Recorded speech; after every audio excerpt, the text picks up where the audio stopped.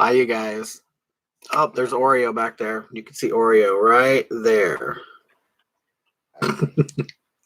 Anyway, um, I hope you guys can hear me. I'm wearing this microphone, but I'm not sure if it's working or not.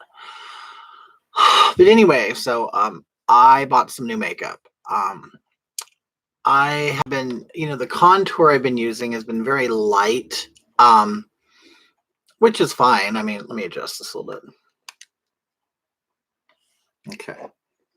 Which, I mean, the lighter contour has been fine and stuff, but I'm going dark. The dark color. So that's what I'm going to use right here to kind of push the sides back. Hi, Carrie. Crazy Carrie. I don't want to forget about the crazy part. Oh, God. It's been a long, I took 5 days off this week, and I'm on my 4th day. So that's good. Because you know what? Let me share you on the Book of Faces. Oh, please do. The Book of Faces. Look, I have a face, and I'm going to paint a new one on, so that should be appropriate for the Book of Faces, right? They don't want me there, but they're going to get me. Anyway, I bought this new makeup from Amazon, which I work for Amazon, and I also love shopping there. I don't necessarily like working there, but I like what they do. Okay, to a certain extent. Anyway, so I got this new contour color. It's really dark. Hi, Amy. How are you doing? You know what? Since Facebook hates me, I have been really paying attention to Twitter. There's a lot of craziness going on Twitter. Although I've had an account for some time, I was just so into Facebook and everything that I was just there all the time. And, it seems to me, well, for me anyway, I can only dedicate myself to one social media at a time. Like, even though I do Instagram, Facebook was always my number one social media platform. So I was there all the time, and I would just throw pictures on Instagram here and there. I then created a Twitter account, and I've had it for probably a year, and I just never got it. It's because I never really dove deep into it and stuff. So now that I'm forced to, because Facebook has banned me, I've been paying more attention to Twitter, and it's starting to make more sense, but there's some craziness there. I mean, did you guys even read or hear about Rose McGowan's tweet? This woman, like, how can anybody take her seriously? She was saying that us in the United States are being forced to live under some kind of evil regime, a terrorist regime, and that she apologized to Iran. And I'm like, what in the hell is wrong with this woman? And thank God I wasn't the only one who thought that, because I went online and I looked at her Twitter, and she is just getting reamed, and she deserves it. I mean, she has said some crazy, stupid stuff, but this just really takes the cake. And I don't get it. I don't get how I can go on forever. All right, so let me see. I'm gonna first start. I usually start with my primer base thing. I just put on a cover up, a pancake cover up, and I basically just wash it all over my face with a wet brush.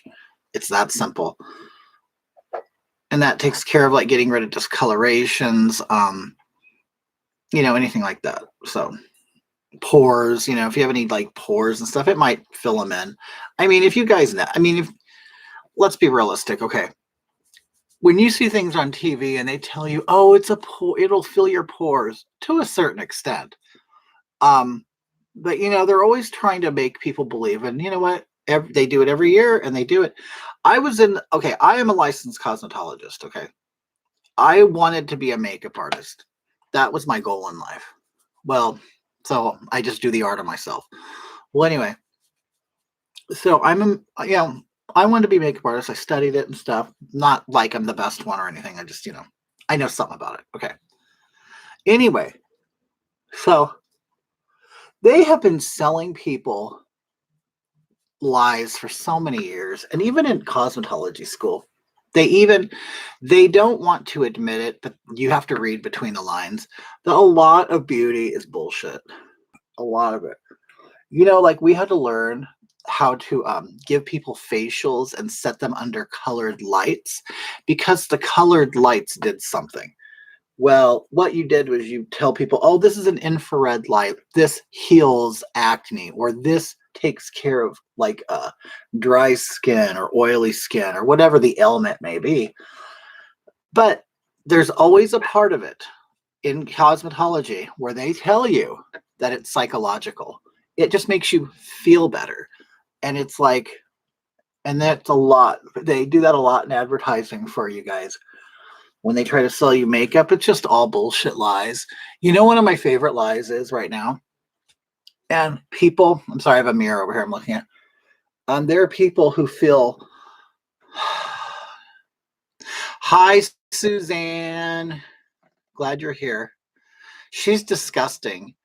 Did you know she's I know she is a registered Republican, and she tried to explain that to her audience, and I didn't understand her explanation. Like, she is so far gone and out there that her explanations need explanations. Like, sweetheart, I don't know. I think she's probably one of these people who talks herself into a corner and don't know how to get out of it, and you know, and then can't admit when she's wrong or something. I don't know, but I think it's really weird. Oh God, you can see the mess in my, this is my closet over here. I have a Union Jack flag here because I was going to do a Spice Girls number and make a dress of it. I just never got around to it. So the flag just kind of hangs in my closet. One of my wigs, my backdrop backwards, Halloween, a Christmas tie that I wore. And then you see the kitty and that basket of clothes I don't wear no more under my bed. Okay. Yeah, she's a registered Republican. Now, how can she justify that? I mean, do you know in California, now I don't know how, if it works the other way, I'm assuming she's in California, that if you want to vote for Republican, you have to be a registered Republican.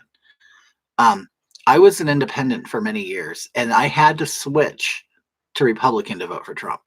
So they've been changing the laws in California. So I think it's odd that if she's a registered Republican, she did not vote for Hillary Clinton, in California anyway. That's if I'm correct. I'll never say that I'm right about everything. Okay, I'm going to turn this light off real quick to see if it does anything. I need the light, but it's too bright. Like I just look like a ghost or something.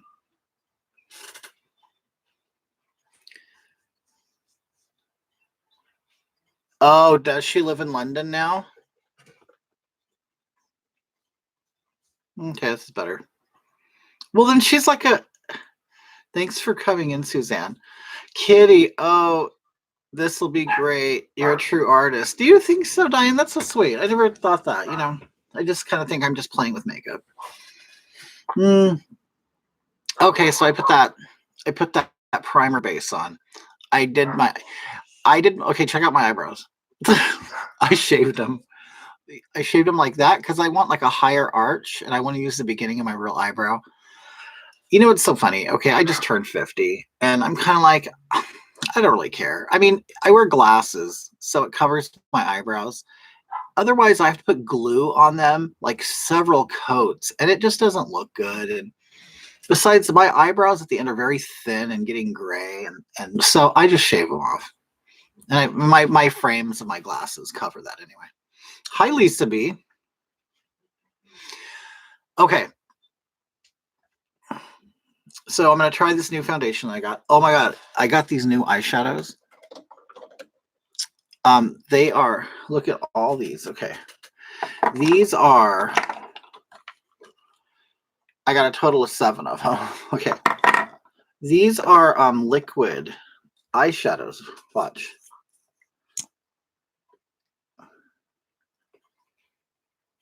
They're metallic and they're glittery. But anyway, it's not really doing a good job of showing it. There we go. But I got them like in all these several, like a lot of like golds and silvers, and there's a black and like a bronze. These are awesome. These are like the simplest things to put on, and they make a real big like impact statement. But these are the coolest things, and I got them the whole set at Amazon for like $13. It's like you can't. How do you do better than Amazon? Although I will tell you, if you guys are ever shopping and hi Marion, how are you, hon? Happy New Year's to you too. Actually, should we say New Year? I have been, because people say New Year's, and I'm like, they're not really saying it right. So Happy New Year. I appreciate it. I hope you're having a lovely Saturday. And I'm trying new makeup, just I'm gonna go live on Twitter later, maybe YouTube at the same time later on after all my makeup's on. No, I'm gonna go as Hagatha. I'm doing Hagatha tonight. I'm gonna do my because since Hagatha is a psychic now, she can read cards, so she's gonna do that. I'm really glad you guys enjoy. I mean, because honestly, me doing all of this stuff, I'm glad it's entertaining for you guys because it's really entertaining for me. Like I'm the person who laughs at their own jokes. Okay, I don't know. There's just things I just think it's hilarious. It's hilarious, and I enjoy doing it. Okay, I have fat fingers. Oh, you put happy a new year. Hey, well, it's a new, isn't it? We're all a new something. Okay. Yeah, I have sausage fingers. I have fat fingers too. And my mom, she'll see me, like I'll be on my phone texting. I'm like, and she's like, how are you doing that? How are you so fast on that phone? I go, I've been doing it for years. That's why. Okay. And I'm a thumb typer. I type in, well, my thumb's like the biggest part of my hand, my fingers, but I can get every key. I'm really good at it. Okay, so let me put on this is my darker male. It's called male medium, but which is funny. I'm a male and it almost matches my color perfectly, but I'm going to put this all over. I usually don't. And then I'm going to do this really dark contour color on top of it and this really new white highlight color I got on top of it. So just a different way of doing it. I'm just playing around. I have nothing really in mind on what I'm going to do. Thanks for all the bingo stuff. Oh, are you guys like bingo friends? And I'll tell you, sometimes I think I do my makeup too light. I can probably go a little darker, like blackface. I'm thinking about one day. I think I'm going to do all this color and do like a Latina character. Well, I already do a Latina character. She's really light though, but I got to do her again. A lot of people like her and have requested her. She's like a Chola gang member because that's where I live. Okay, here we go. Just gonna put that all over, and then I'll take a sponge and blot it in. Oh my god, you guys! So, are you guys like bingo people? I used to go with my mom to this Indian casino, and we would play bingo, and I was shocked. I mean, the only bingo I knew about was in like elementary school or in church or whatever. So it's pretty slow, basic bingo. Oh my god, you go to the bingo in the casinos. Oh my god, it is serious stuff. I couldn't believe, I kind of like this dark color. I couldn't believe how people get into the bingo. Well, I was surprised just by my mother to see how much she got into it. Oh, I have a tan now.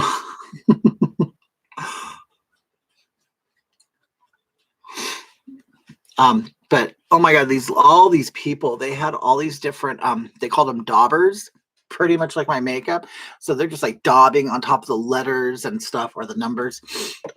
I mean, and I really was not ready for it. I went with her, like I said, a couple times. The first time I went, I was extremely confused. Everything was so fast.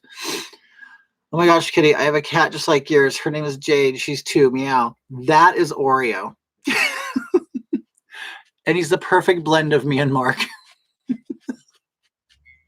Although Mark's not that dark. Okay. Hi, Amy. I play bingo. Oh, you guys played online? Louis Anderson still hanging out at Morongo. I never knew he was there, but I haven't. I went to Morongo for my birthday, December 4th. I went, but I just went to the top. There's a restaurant at the top of the hotel. I went there for my birthday dinner, which was fabulous. It was a great, great dinner. They have huge, big pink chandeliers. I kind of like being darker. Okay. Well, us pale faces, we're always looking, a suntan and stuff. I used to do that when I was younger. I don't do it anymore. I don't really care about. Well, now I do. Now I'm tan from this, but he was always in the back by himself playing slots. Really? How sad. Oh, now I want to go and look at him. How long ago was that? I live close to San Manuel. I never go there. I don't like going. I don't like that casino. It's always so crowded. You go to San Manuel, like Indian Casino around here, and there is a line behind the slot machines for people to play. That's how crowded it is. Like you have to basically wait in line, like you're at Disneyland for a ride, for a slot machine. Love, that was 20 years ago.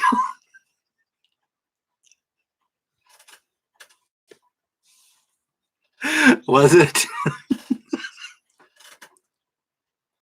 Well, to us old folks, that's just yesterday, right? Okay, so okay, I'm going to go in with this. This is completely experimental. So if it all messes up, it messes up. Okay. That color brings up the color. Doesn't it though? I think it's because it's just a darker, it's just like a tan color, but I think because it's maybe like peachy, it brings out the blue or the green.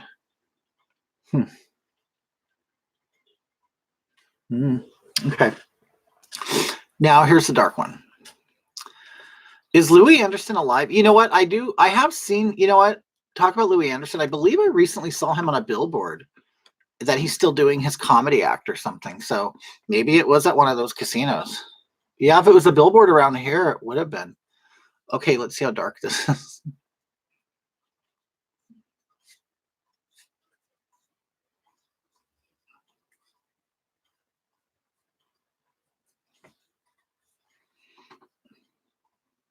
Well, so far I like it because it's doing what I want it to do. Yes, he's still alive. I'm going to start lightly until I see what it does.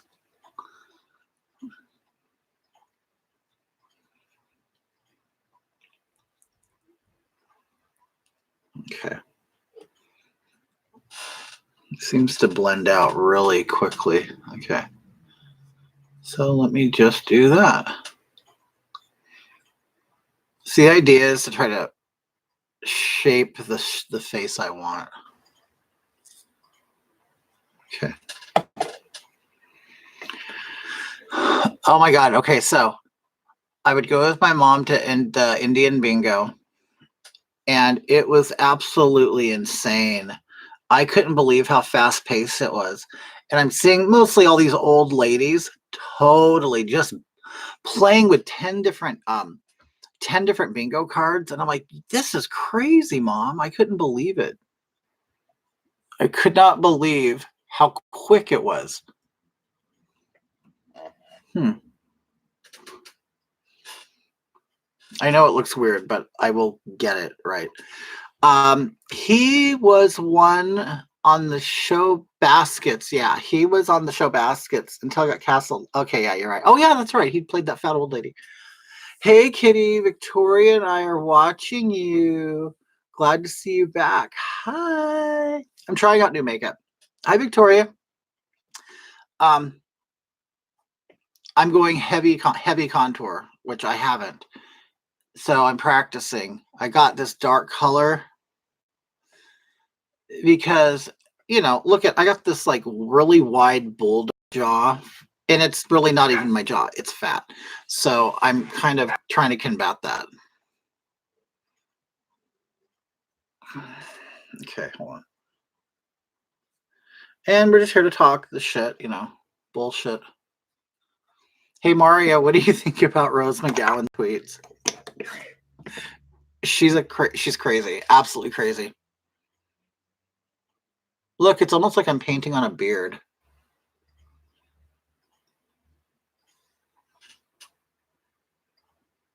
See, what I do is I use my hair from my wig to basically cover up this part of my face. You will never see Kitty with her hair up or back ever because she doesn't fit. She doesn't have the face for it. I have a fat jaw. I need to hide too. Isn't it weird, like how it happens? Like, how the hell does a jaw get fat? I mean, I understand my ass getting fat, but my gut, but Jesus, I put some here because I have like that square jaw and I want to kind of cover the points of the square.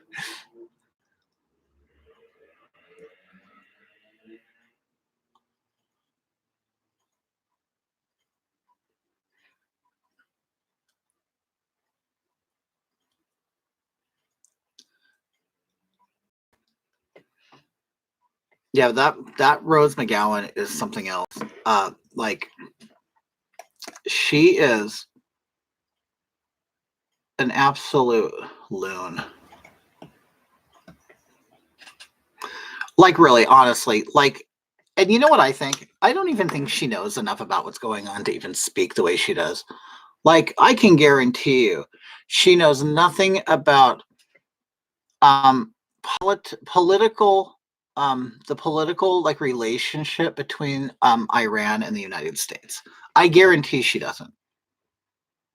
And you know, and the funny thing, I say it as a person who doesn't know much about it as well. It's like I can totally tell she doesn't. She doesn't know, and the reality is she doesn't even care. Same thing with Kathy Griffin. The same thing with Jane Fonda. They don't really care. All they care, if the camera wasn't there, okay, if the camera wasn't there, or if the Twitter sphere was not there to record every movement and word that these people make, they wouldn't do it. I guarantee they wouldn't.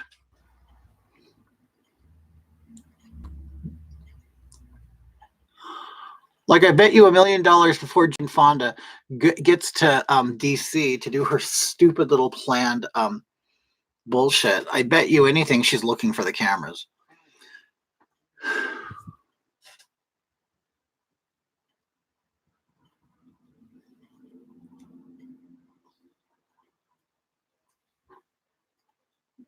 See, it's uneven.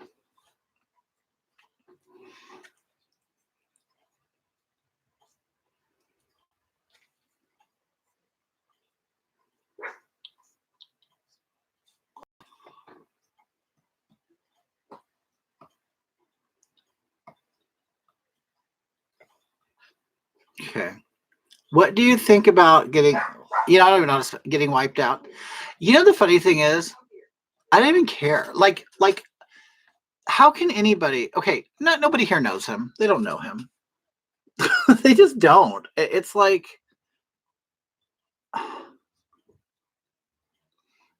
the dude was classified as a terrorist since Bush has been in office. And you know what I love? I love how all these people pretend to okay, like I'll watch TV and all of these like nobodies. All of these nobodies are on TV and they're saying Trump doesn't know what he's going to do next. It's like, how do people honestly believe that when somebody gets they make it to the highest office in the United States, like, you're the person, you made it. You made it through all the wolves. You made it through all the reporters. You made it through all the naysayers and all the people who hated you and wished, you know, ill and bad on you. You beat them all. And now you are in the office with the most power in the country, and people want to believe that you don't know what the hell you're doing. or that you at least, now I understand nobody sitting in the Oval Office is going to be an expert at everything. They're really not expected to. That's why they have people there that are experts in these things. This person who, and it doesn't matter who is in the White House because he's only there for 4 to 8 years. So that person is just the CEO. He makes the final decision. So you have all of your assistant managers and supervisors and whatever else giving you all the information. I'm simplifying the language, of course, you know that. But it's like, you know that. So why are people pretending? Oh, my cap just came off. Why are people pretending that some guy just walks in the White House and just putting his feet up on the desk and nothing's going on? Or it just makes no sense. Like, you really think that low of the United States? You think that low about our history, about our politics, about everything that's gone on in this country? You feel that low about it, that you really think that a know nothing, do nothing can just sit there and not know what to do, and they're just randomly pushing buttons and making bombs go off? I mean, it's really stupid when you think about it. Rats, I'm buffering over here. Okay. It's going to take me time to get used to this, to know how to work it, and I'll be honest, it looks a little dirty. It looks a lot nicer on camera, which I guess that's all that matters. Okay, so do the dark up here. It just seems so severe because I'm not used to going this dark. But it does blend out really nicely. It disappears, basically. Okay.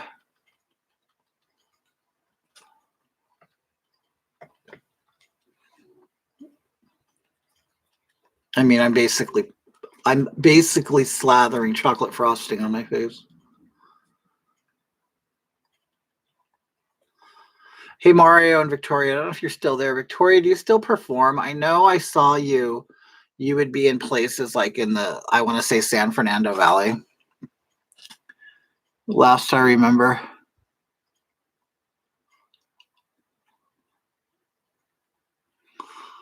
Okay. This will look a lot more severe before I put powder on.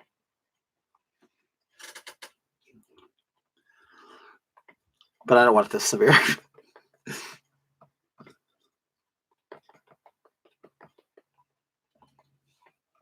Yes, she does.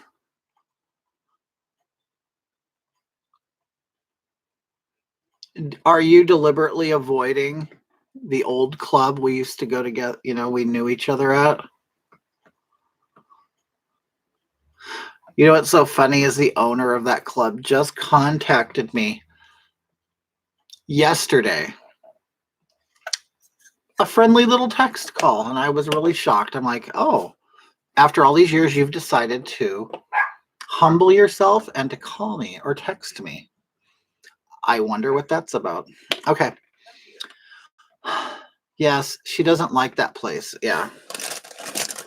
A lot of people don't. They end up leaving. I don't know how he seemed to have kept a couple of the kind of queens, you know, that we all know, but I don't know. People eventually ditch that club for good reason, you know.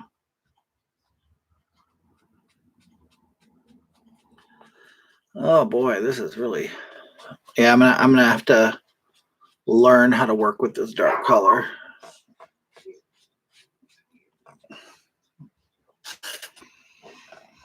She's not been wanting to do it because he doesn't know how to speak to people.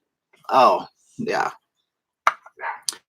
The sad thing is, well, this was in the past, and I don't know if it's so much anymore, but he used to be very influential when it came to drag and performance. And a lot of, you know, people who have been on RuPaul came from his system of pageants and stuff. And so, you know, but I'm sure that's purely accidental on his part.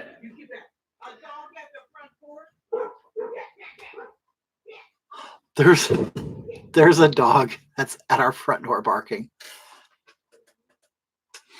Anyway, but a lot of the a lot of famous ones came out of his club pageant, not so much anymore. And I think a lot of people still go to that club because they think they're going to benefit from that system. But the thing is, I've watched it kind of die. I think it's sort of I don't know. It's not as great as people think it is. And and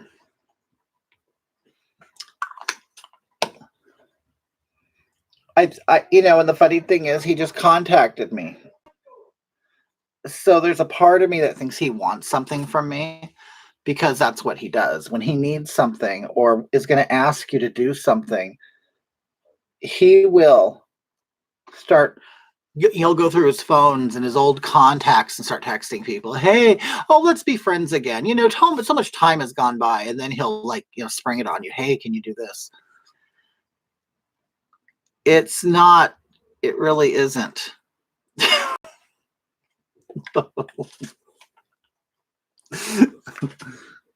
Oh God.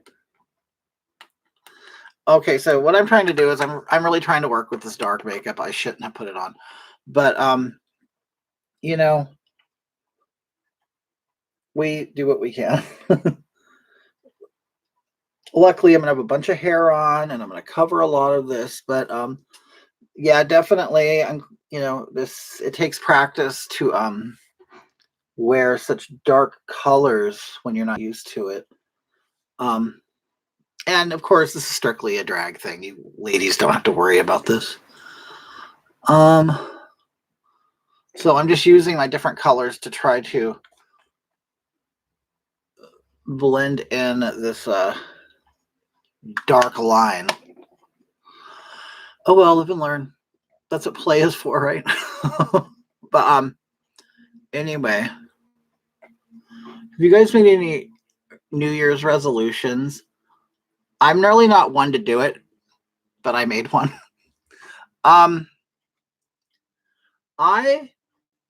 For my whole life, I have hated my teeth, my smile. And so I've kind of decided that 2020 is going to be the year that I really care about my teeth and my smile. So that's what I'm going to do this year. Get veneers, get something. But I have awful teeth. They're healthy. My teeth are very healthy. They're just very ugly, and I hate that. Victoria has been doing shows in the San Fernando Valley at Seafras in Victorville and Ricky. Okay, I know Ricky's. I've never heard of Sea Friends. The local place Back Door has a new name, Exotico, and she was invited to perform there. Oh, cool. Is that up in your area of the high desert? Okay. This is where it should all change. My highlighter. Okay. I'm really doing some severe contouring. That really changes your look. It just does.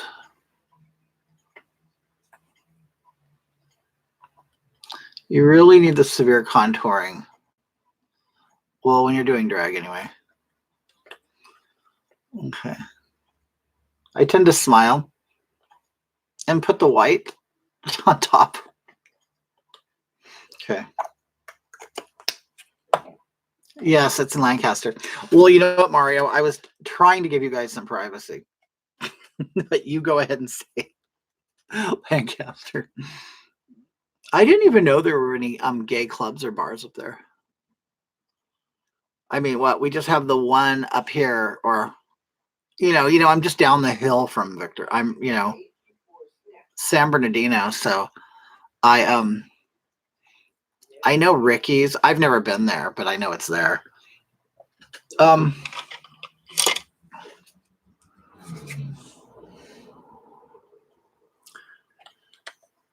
Marion, use Invisalign to reshape your smile. They work. Does it really? Have you used it? Okay, when I was a kid, I had braces. I did. And it's like my teeth are like, okay, this gap right here, I used to be able to put a nickel between it, but my braces fixed it. But over time, I haven't had braces on in 30 years, 30 something years. And so they're gapping again, but I just I really want, they cosmetically have to be fixed.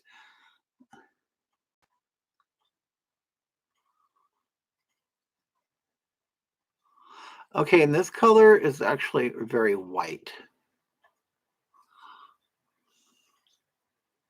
Now, if you take the lighter color and you bring it close, like you know how your nose starts here and it kind of curves down. If you take this light color and you kind of put it up in the curve like this, your nose will look narrower.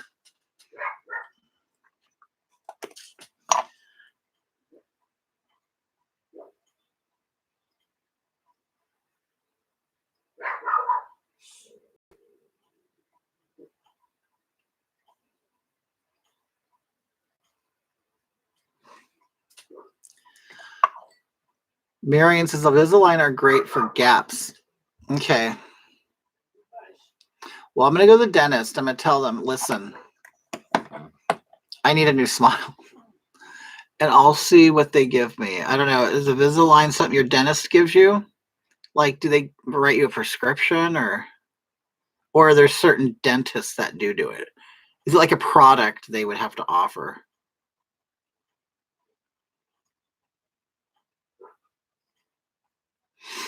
Okay. Well, so far I really like this highlighter. It goes on great. Okay.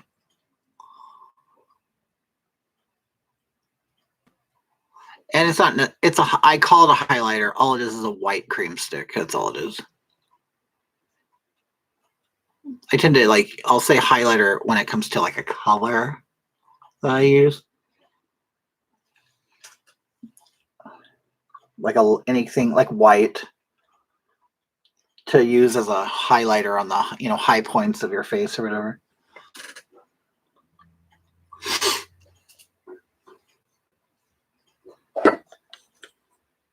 Focus.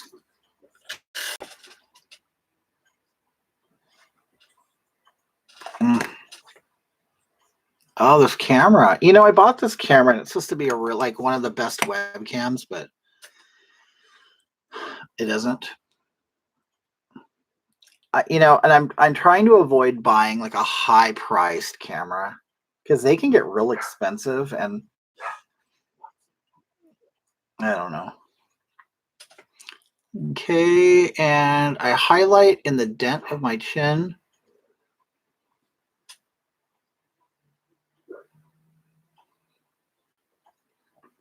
Mario says Victoria says that she'd look up at you and say to herself, she's so tall.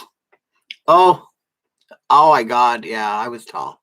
Well, I'm 6'3" without heels on.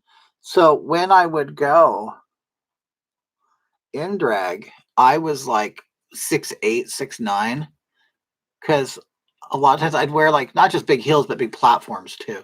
Because I wanted to be really tall.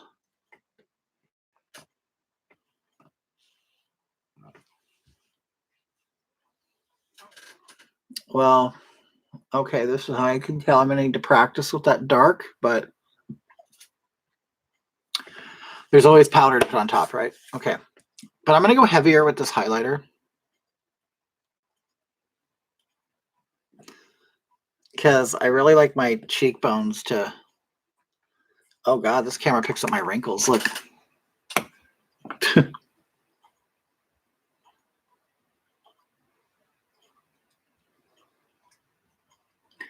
Okay, so this is going to be a very quick makeup session because I don't like this, so...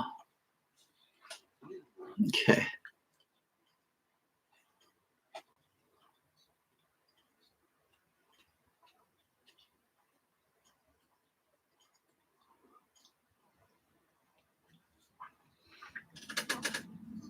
Okay.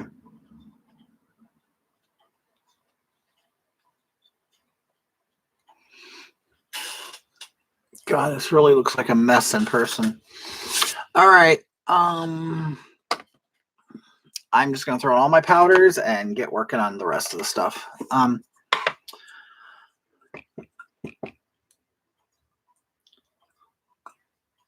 The first time I saw her painted, I was like, wow, because she used to be do security. Oh God, you know what?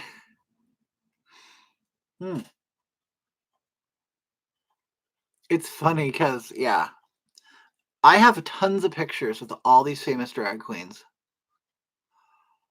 And as security, I'm wearing, you know what I used to do when I was, because I was like the bearish daddy security. I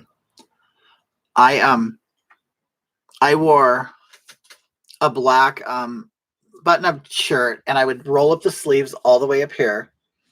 And I wore a little bow tie or a bigger bow tie or whatever. But a lot of times I would just leave my shirt unbuttoned and I'd wear the bow tie around my neck like a Chippendale dancer. Anyway, so I was very recognized and known at the club, in my role as security. And, and I was a favorite of a lot of people. And I was the one that most interacted with the queens. I became kind of like their permanent chaperone. So I would go pick them up at the airports. And I'm not talking like local queens. These are like big, the RuPaul girls. And I got to know a few of them. And I have phone numbers of a couple of them too that, I had a friendship with them. But drag friendships don't seem to last long. They don't. Everybody just kind of moves on and does different things. But I actually was very I really like Ginger Minj. I picked her up at a studio in LA. And me and Mark went out to lunch with her. We had a great time. Very, very nice person. Probably the nicest drag queen I've ever met.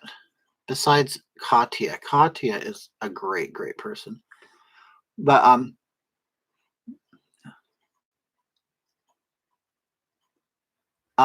But yeah, I thought about that when I looked through the pictures. I go, I wonder if any of them even know that I now do this stuff. And I actually, it's so funny. I don't know. I know some of you people aren't even familiar with these people I'm talking about on here, but I saw those pics. You looked hot. Thank you. But a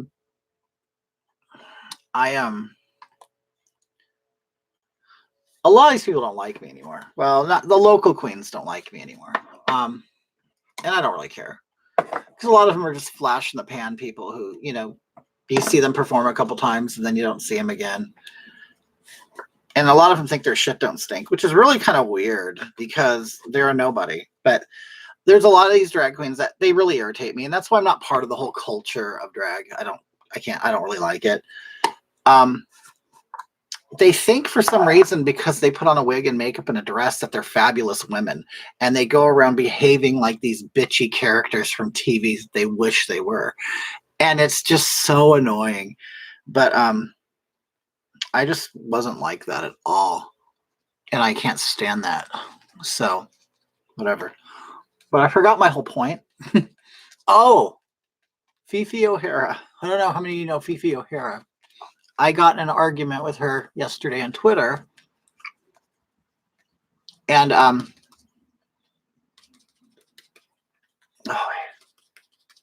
because I told, she kept going on and on about marginalized people and all this bullshit.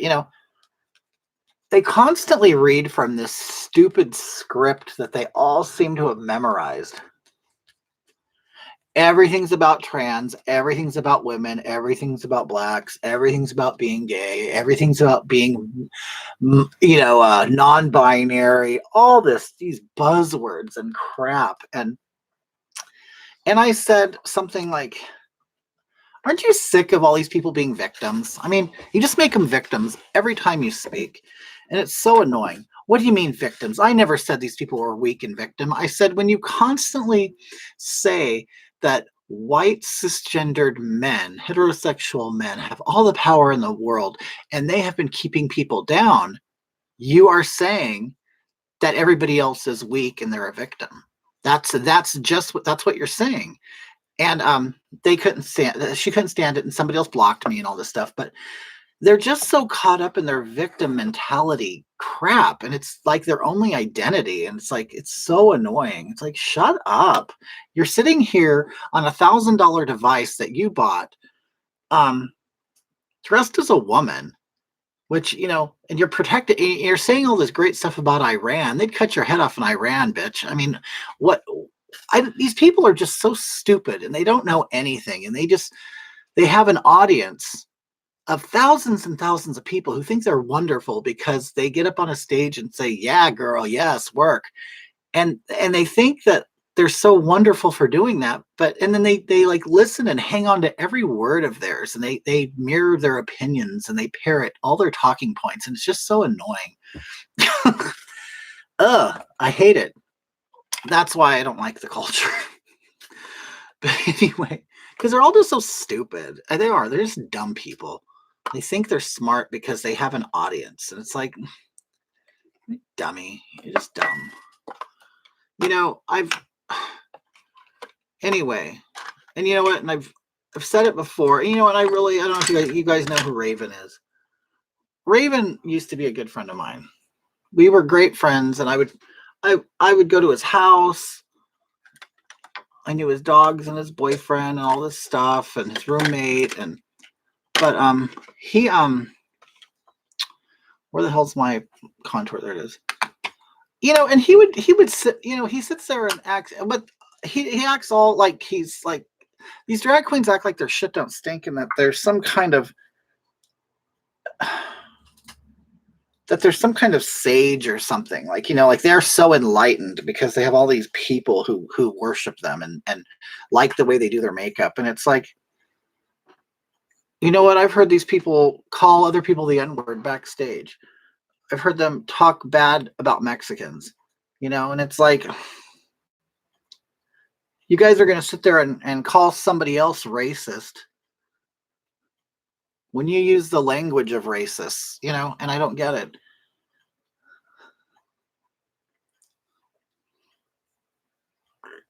But as long as, you get all those likes on your Instagram.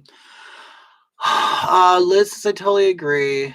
That's why I quit listening to RuPaul's podcast as well as Alaskan Willems. Oh, Willem. Yeah. Okay. Yeah, that's all they do. It's like, you guys, a lot of these people, I wouldn't be surprised if Alaska and Willem are both millionaires right now, because they're raised in this oppressive, racist, homophobic country, but yet they got rich off of boys pretending to be girls and running around and being disrespectful and slutty. They've made millions or whatever, a lot of money doing this. And they've seen the world, they've experienced great things by bashing a system that's allowing them to do this, and that the citizens who are part of the system are giving them money. Like, it's a complete contradiction, and I don't get it.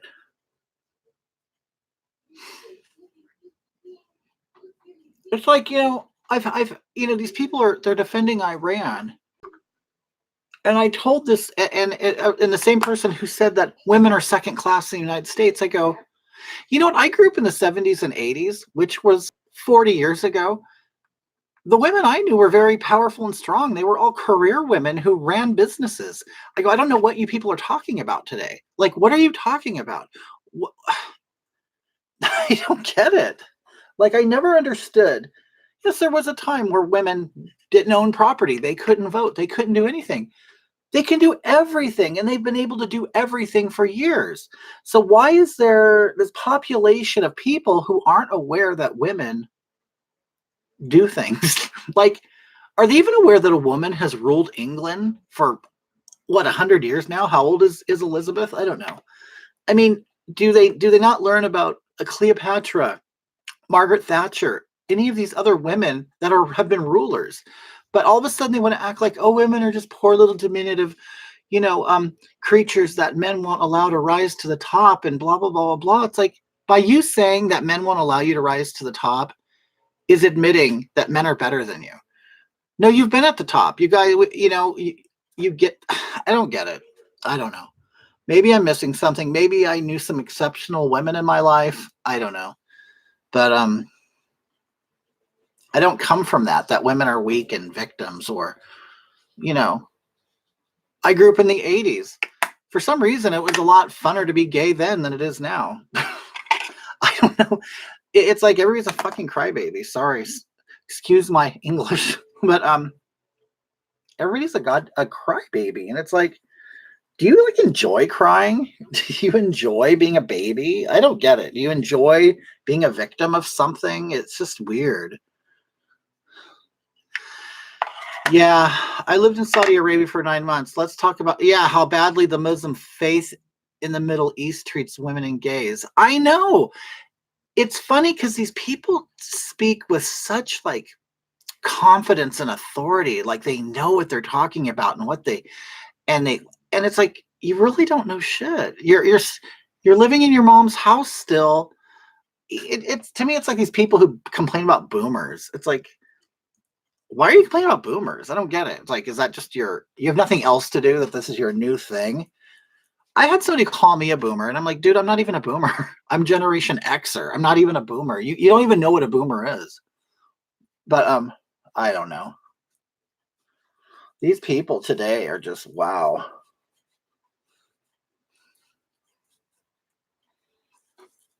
You wear makeup better than any supermodel.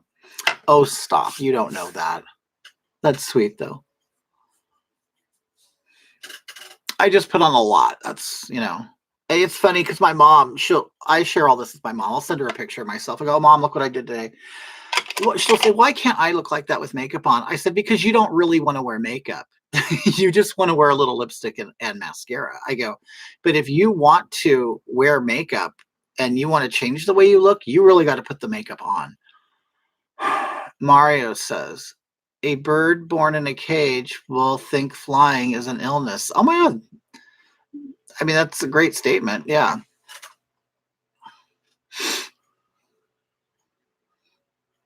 All right.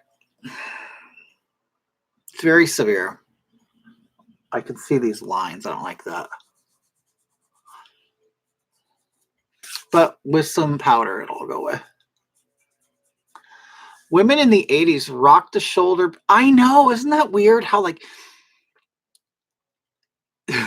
you could smell across I don't understand where this population of humans, these current humans, came from that believe that, like, that women are still in the kitchen cooking and, men are beating them over the head with clubs and pulling them around by their hair.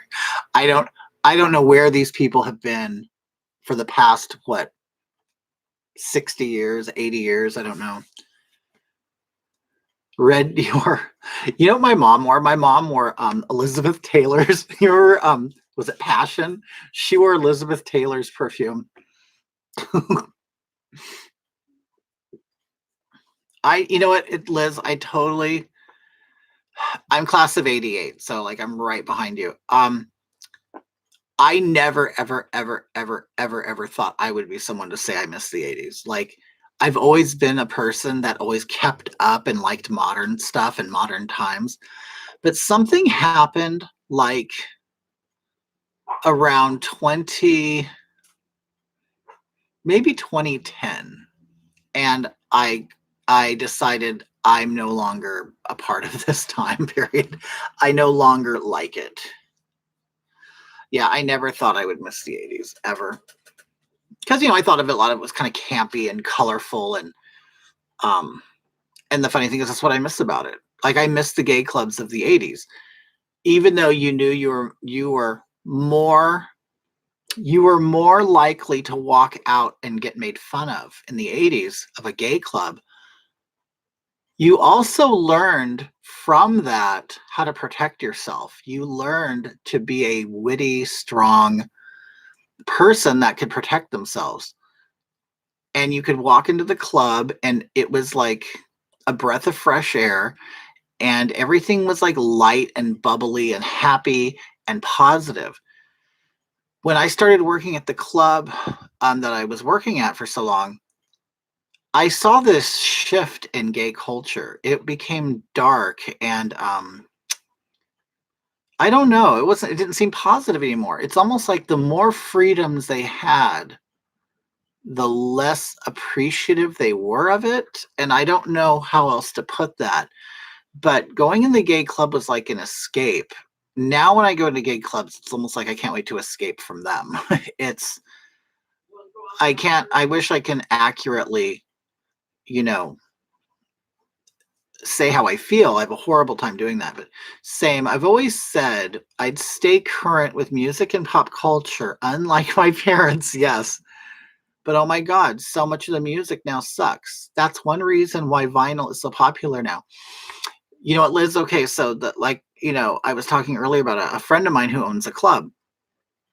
And the funny thing is, I looked at the reviews of the club, and the reviews of one person was exactly what I used to say to the club owner years ago. I said, "You have some really good DJs that come in here," and he does. He used to be a DJ. He's not great, but he gets some really good DJs that perform around the world.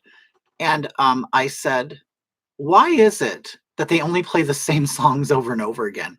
He said, "It's because music sucks today. There isn't real dance music anymore. So while you go by any car in Southern California, they're playing some like Latin rap or just some like really hardcore rap music or hip hop or something, or this over auto-tuned, whiny, rappy stuff.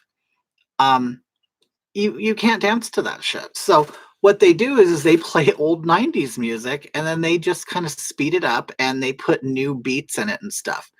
But I was shocked that when I saw a live video from the club I used to work at, it was the same music that was being played 7 years ago. You used to go to the club to hear new music.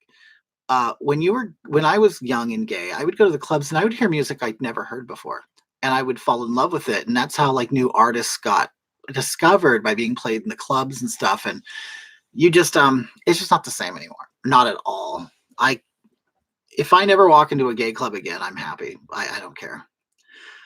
Um, my skin is oily. It is hard for me to wear liquid foundation. I specifically use Clinique because my skin is always prone to acne as well. I only yeah, loose powder will help with the oiliness. And it's weird. What's your name? Sayori? There's like really no magic. There's no magic pill for that. I mean, I know like the beauty industry will always tell you, oh, do this, do that. I mean, there are ways to minimize it, but like I believe if you used a primer, that might help you. Um, there are performers that use milk of magnesia. It's very cheap. You put a cotton ball and you wipe it around, and it's very cooling to your skin. And it's a primer, and then you let it dry and you put your makeup on top of it. But you know what I always learned or read about was those paper blotting things. They'd blot the oil off your face, but because there's really nothing you can do to stop your skin from producing oil. And and I know people.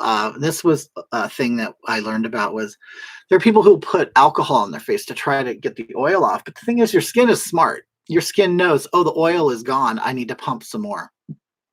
So I always heard the best, and I have the opposite. My skin's very dry. I always heard, hi Kay. I always heard that doing blotting and kind of you blot then lightly powder again. But even after, I'm sure at the end of the day, the powder can get cakey and stuff. But yeah, that's it'd be hard to navigate through, that all the time. All right, I'm gonna put some eyebrows on. My newly shaved eyebrows. Okay. So as a rule, if you have a normal gap between your eyes, you want to start your eyebrow like right at the corner of your eye. So I kind of mark it with a pencil. And I do light strokes to try to mimic hair. and I like kind of like a severe arch in my brow. It will kind of draw attention to the up and down of your face rather than the wideness. Murad. Oh yeah, you remember Murad? He's kind of he's like a dermatologist, isn't he? I remember his name from many years ago.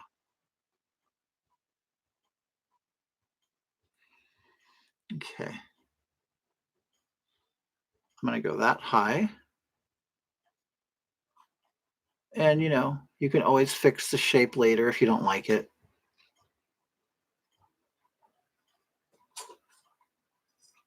I'm gonna kind of go for a severe kind of curve. It's not something I normally do. Okay.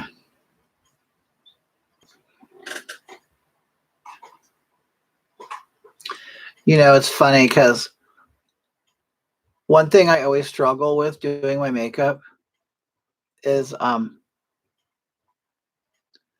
do you do about your profile? Like I look different here. I can change the perception of the planes of my face when you see me forward, but when you see me sideways, I can't fix that. So you'll see this. This is like a total man trait. You can't hide that unless you get like a lot. In fact, trans people get that with money. They can get that removed. And I know a couple who have done that. But when you're on a stage and you're a man trying to do drag, there are just certain features that you can't erase from your face, and that is you cannot do nothing about your profile.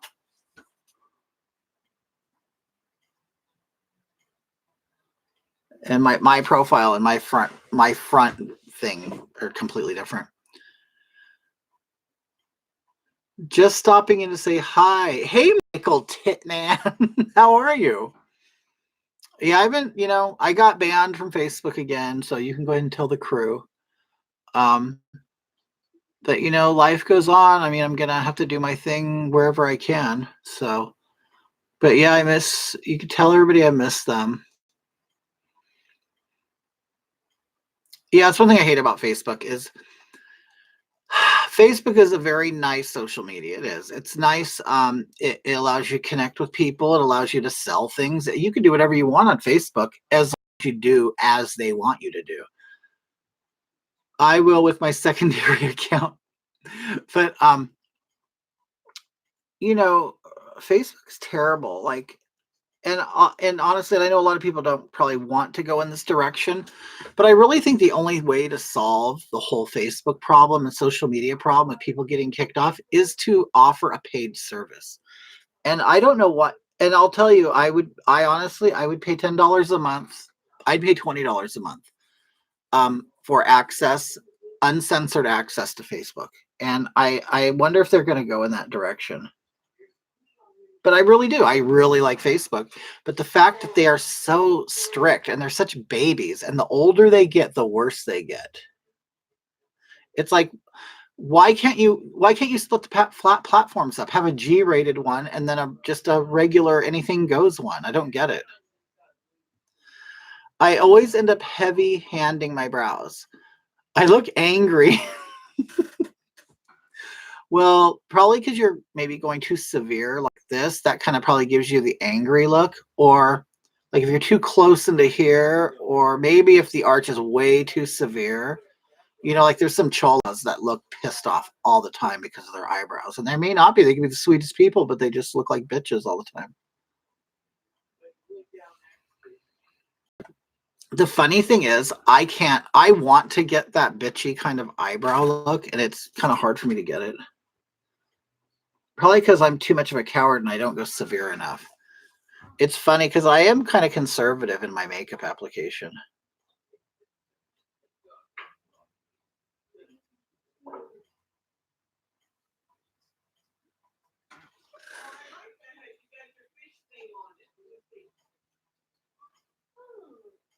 Okay.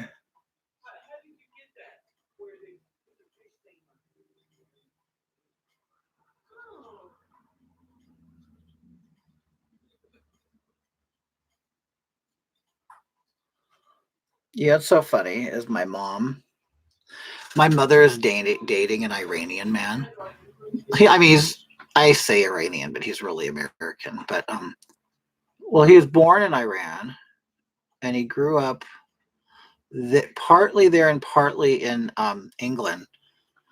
And so I'm very interested, and she's having lunch with him today. So I'm very interested in seeing what his opinion of what's going on is, you know. Okay, that's good for now. I can always fix it later. Our BB brows. Okay, now the light color that I had used right here, I'm going to use it under my brows to sort of refine the lines, you know. And it also aids as the highlighter for my brow. He's Persian. Okay, yeah. Is he going to meet Kitty? You know what's funny, Mario? My mom was talking to me about it today. She said, I haven't told him that you do Kitty yet. And I'm like, oh, okay. She told her other boyfriend he didn't mind. Well, she don't have two boyfriends, the previous one. Which, I mean, I really don't even care. I mean, she could tell them or not. I don't care. But she, I'm gonna use this mirror. She told me, oh God, this is awful when you get really close. She, like she hasn't even told him I do her hair yet. So this is what she said. And I mean, she's such a woman of her time, but she goes, you know, his name's Taggy. Taggy's coming over today, and I did her hair. So I cut it and I colored it and all that. I'm going to see if he notices my hair. He better notice my hair. And then if he notices it, that's when I'm going to tell him you're my hairstylist. I'm like, who cares, Mom?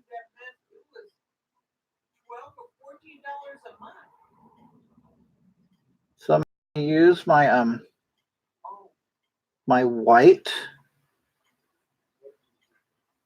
and you can kind of use it to fix the eyebrow shape.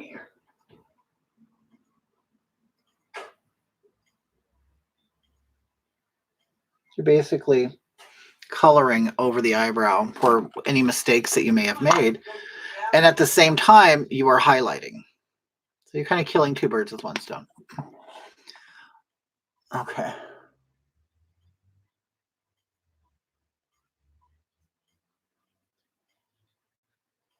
There we go. And I usually just drag the white line right into my highlighter on my cheek.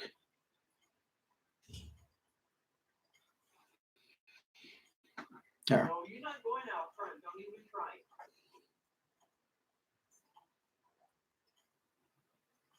Another thing about the guy she's saying, he's a retired psychologist or psychiatrist. It's like a medical head doctor. Okay, you see how now it popped out that eyebrow bone.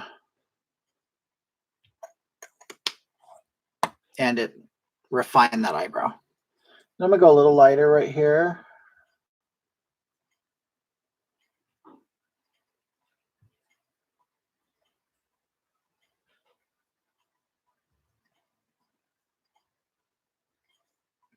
Damn it. Okay. No, let me do this side.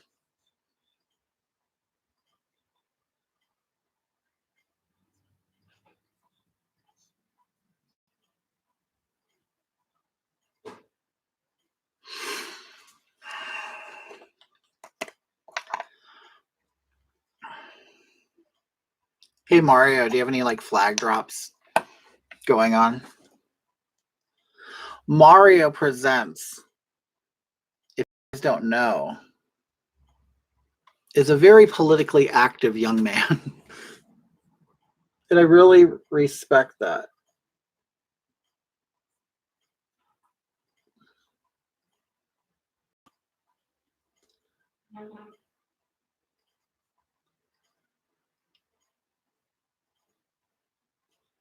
But he travels, he spreads the good word, you know. He'll go and display flags places, all wearing high heel shoes. because he wants to he promotes Donald Trump, but he does it as his gay self, which is awesome. There's so many people in the gay community. And I don't know, Mario, how you feel about this, or if you believe the way I believe, but there's a lot of people in the gay community who are afraid of Donald Trump. They're afraid that they're going to end up in some kind of concentration camp. And I personally believe it's all a lie, that they don't really believe that.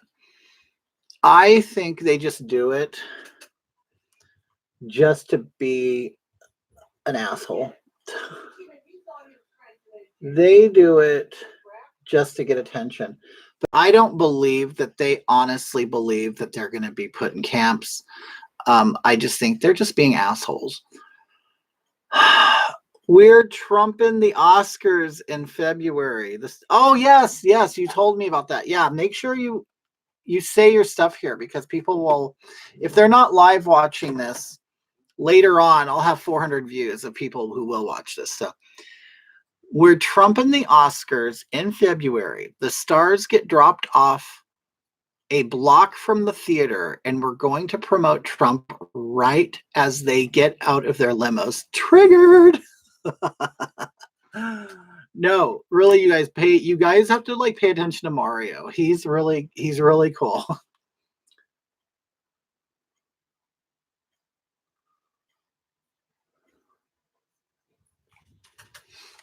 All right. I'm cool with that. Another thing that I'm doing now. See, my whole goal is, okay, I'll be honest with you. I love doing makeup. I do. I just don't love necessarily the time it takes to do it. So my goal is to constantly shave time off of the time it takes to do my makeup. So I've gotten to the point where I don't even wear eyeliner on my upper lid anymore. A lot of drag queens will do this huge, severe black line of eyeliner. I've decided I'm not doing it because they do it. But anyway, everybody tends to copy the same look. They really do. And I've decided, because I want to shorten my time doing my makeup, I don't do that big, thick, severe line. I figure, you know what? Eyelashes sort of take care of that look. You can pop on an eyelash, a thick, big, long eyelash, and it really sort of makes the black line for you. What else don't I do anymore? I went to the liquid eyeshadows. Simple as hell. Okay, and as time goes on, I'm gonna cut more out. Trust me. So what I'm gonna do today is I'm gonna use this plum. Damn it. Okay, so this will go on my eyelid. Make sure my brush is clean. I use whatever I'm wearing as a brush cleaner. Okay, so I just dip it in. Go right in the crease, like you see where the line is? Right in there, and I follow my skull bone, you could feel like the hole in your head. I go right on that line. I'm not really concerned with the eyelid itself. The whole idea is to stay in this crease and a little above it to spread the product there. I haven't used this shadow in a while. Sorry for type, but wait. I would love to learn to do my makeup on myself again, but doing it right this time. Well, yeah, the funny thing is, okay, there are rules, and those, there are just rules to beauty, and it crosses all cultures and colors and everything. The makeup application is kind of the same. You just do different colors, but yeah, you want to like what I'm doing now, I'm just defining my eyelid, the socket, and softening that edge right there, that bone edge. And as you get older, that bone becomes more apparent. So, and what I'm trying to do is take this rounded area and sort of extend it to elongate it and kind of make it go upward. Because my eyes, I do tend to look sad. I know I look sad, so I go like this. So I'm trying to do this. I want my eyes to do that. So you're kind of painting that face on. But you also want to like keep in mind that you don't want to see the line of this eyeshadow. You want it to sort of blend out and into the skin and kind of disappear. I know it's weird. I mean, because you could see it, but you don't see where it starts and begins. And that's kind of what you want to avoid, is seeing that. Unless it's for a certain look. You know, there's certain looks you do want to get that, you know, kind of, you know, are more defined. I'm watching closely. Hi, Bart C.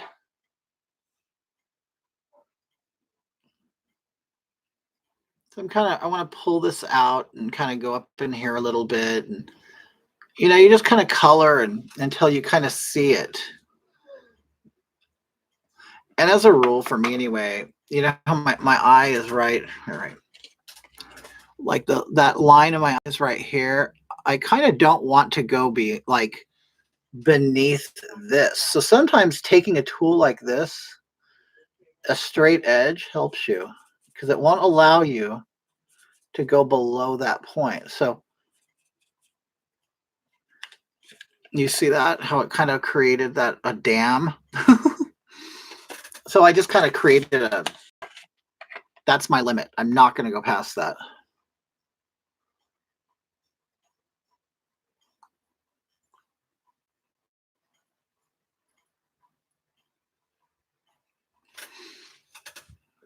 All right. It's funny, I've never used this. This is a box for my new eyeliner, but came in handy. Okay. So I know not to go beyond this. So I'm going to kind of just do that to make a guideline for myself. Okay. There. I built a wall. Yes, Liz. Build the wall. Build the wall.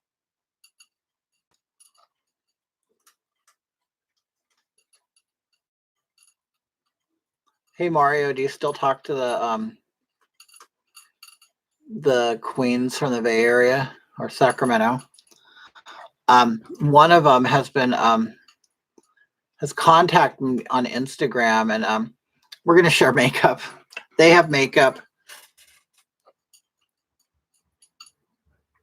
They have makeup that they want to give me because I guess they've kind of don't have use for it. And then I have makeup I'm going to give them. So we have been in contact with each other.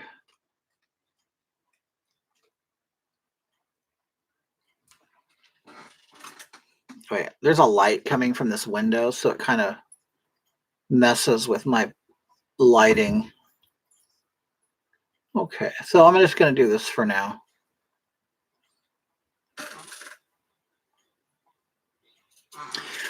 It's really funny how the camera makes everything lighter. Like if I look in the mirror, it's so dark. Yep, Damage, somewhat.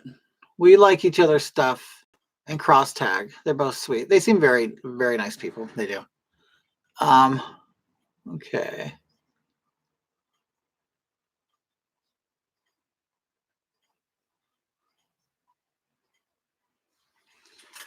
Okay, so this is a plum color.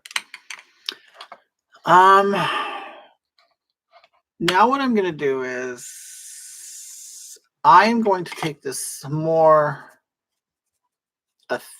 a denser, more detailed brush, and I'm going to put like a brown in there just to like deepen it. Okay.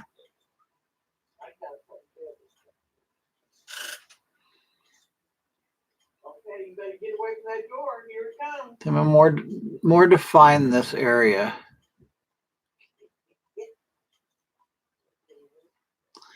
And right now I'm kind of just concentrating in the crease. I'm not going above the crease yet.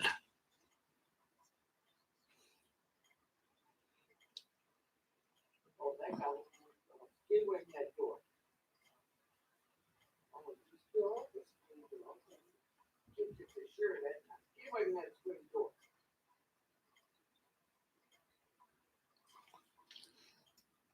Okay, so now I'm going to take that other brush that I just had, and I'm going to just do that with it to soften it, but I want it to kind of stay where it's at. But doing this will also blend it into that plum color.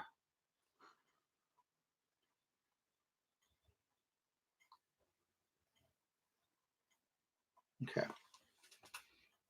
There we go. I'm happy. Okay, so now I'm going to try out one of these new shadows. I will go for the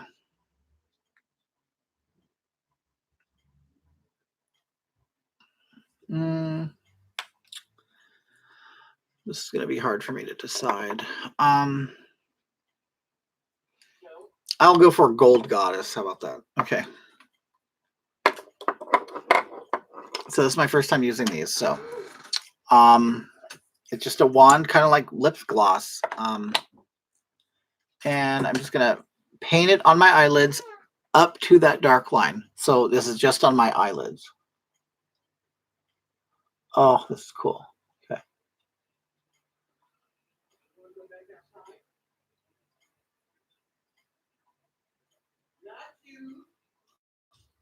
Oh, this is a great product. Okay.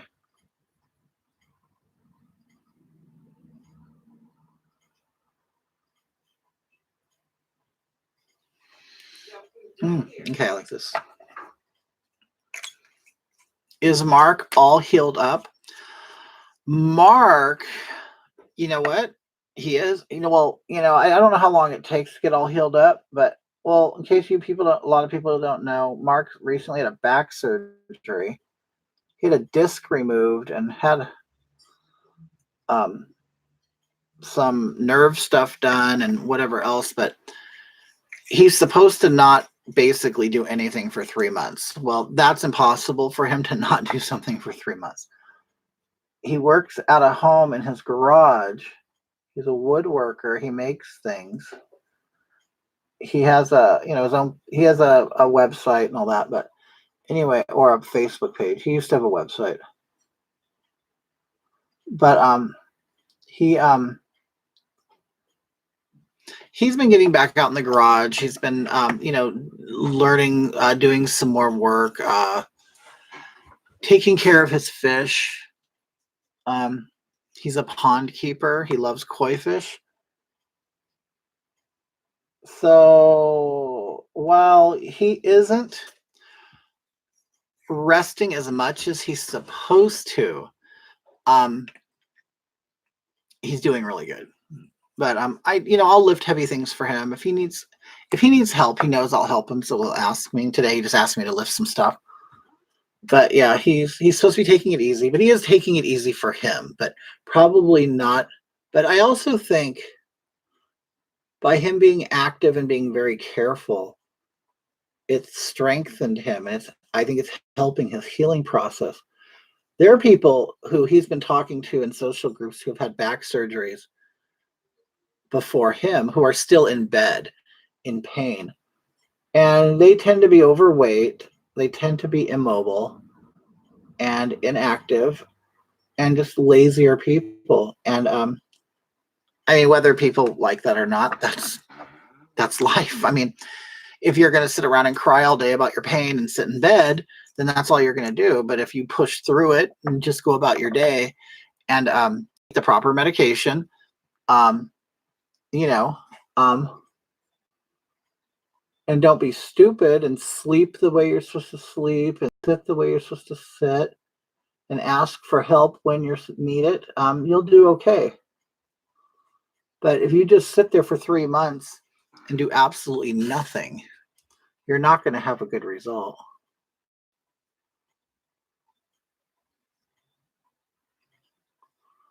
I mean, the funny thing is, he didn't even finish all of his painkillers. He was doing so good. Like, he still has a bunch of Norco left. Last night to help me sleep. Have you guys ever taken Norco?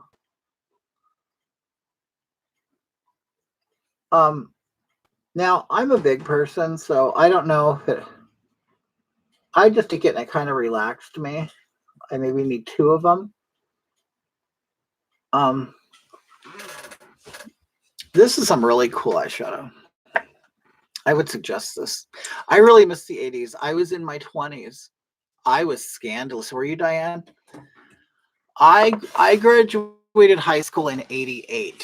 So I'm kind of the end of the 80s as a young adult, but it's like kind of I started going to clubs, where I guess I really couldn't drink until 90. Well, 91. But no, I had the best time. I don't know. People just they have no idea what it was like, but yet they want to sit here and act like it's funny because all these young people who think they know what it's like. Like, you weren't even alive back when I was a kid and everything was great. It's like, and you want to sit here and pretend that everything's so bad. It's like, you have it better than it's ever been. And isn't that the truth, though? These people have it today. They have it the best it has ever been in American history. And they're bitching louder than at any time I remember. Don't get it. Okay, that purple, that plum, I'm going to put that under my eyes. This plum will later act as a shadow for my eyeliner. A lot of times, you got to layer the makeup on and you got to think about, well, how am I doing this? And there's like steps you have to follow. Yeah, I just realized these colors I'm picking are kind of like genie inspired. I just realized I'm seeing purple and gold. I've never done this before, but okay. Are you guys on the bacon? All right, Amy, somebody is complete. I'm going to show your message. They have hit it. Probably because you have sorry. Probably because you have a naughty word in. Let me see, show. Because they're all entitled little shits. They actually are going to hide the word shit. Okay. I actually know the feeling. The cartilage in my knee is completely worn and I'm going to have to get a knee replacement. I don't use any narcotics for pain because they don't work on me. Yeah. You just got to push through it, Wait, are you getting a knee replacement? Wait. It's funny. Okay, so I had to go at the hospital that Mark had his surgery at. They required that you went through a class with a coach. The coach is the person who's taking care of you. And I met a lot of people who were getting knee replacements or who had them. And they'll send you home the same day after surgery now. Like, these replacement surgeries aren't like they used to be. In fact, they told us anyway, you can actually eat up until 3 hours of the surgery because they found that eating actually aids in the healing process. They would rather you eat. But yeah, they're not that bad anymore. People go in and get out. Mark had it's a surgery, a big back surgery. He was out the next day. Walked out. They get you up and walking immediately.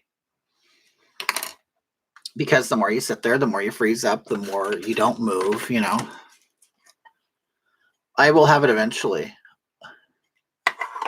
I like partying at them. I think I closed down more gay bars than the health department.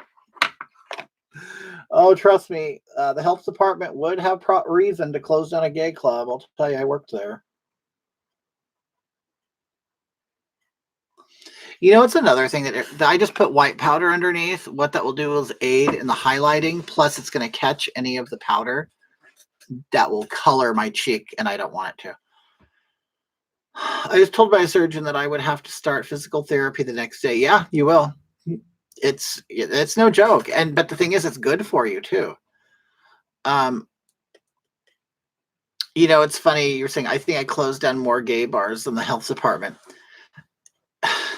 These people, this is why another reason why I can't stand the gay community is they're such liars. They are such liars. You know, they'll be right there to, you know, sit there and preach against sexual harassment and things like that. They sexually harass all night long in the gay club to the employees too. They're just such liars. It just cracks me up. They are not, they do not practice what they preach whatsoever. I'll tell you, the most racism I've seen was in the gay community, gay club. They're the first ones to point their fingers at people. And the last, and they won't point it to themselves.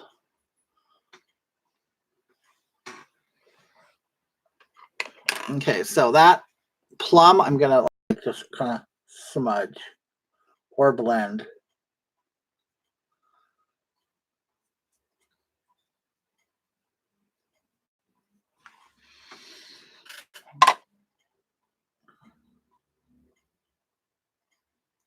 You know you're a real partier when you go out and the sun is up.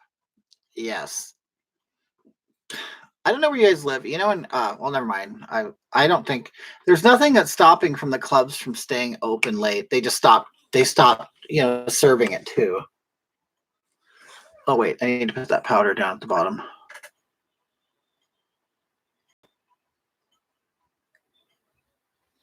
Okay. But I do remember when I was younger. I remember clubs when I was like old enough to go to clubs. When I just started out, I remember at a club till 4 a.m. before.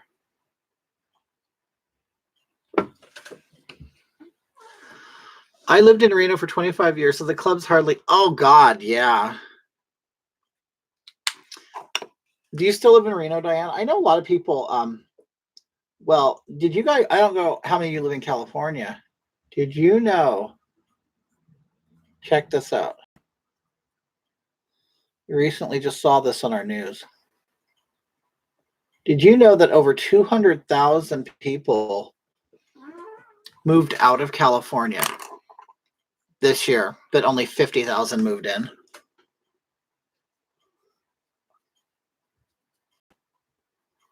And of course, that's not counting the illegals or homeless.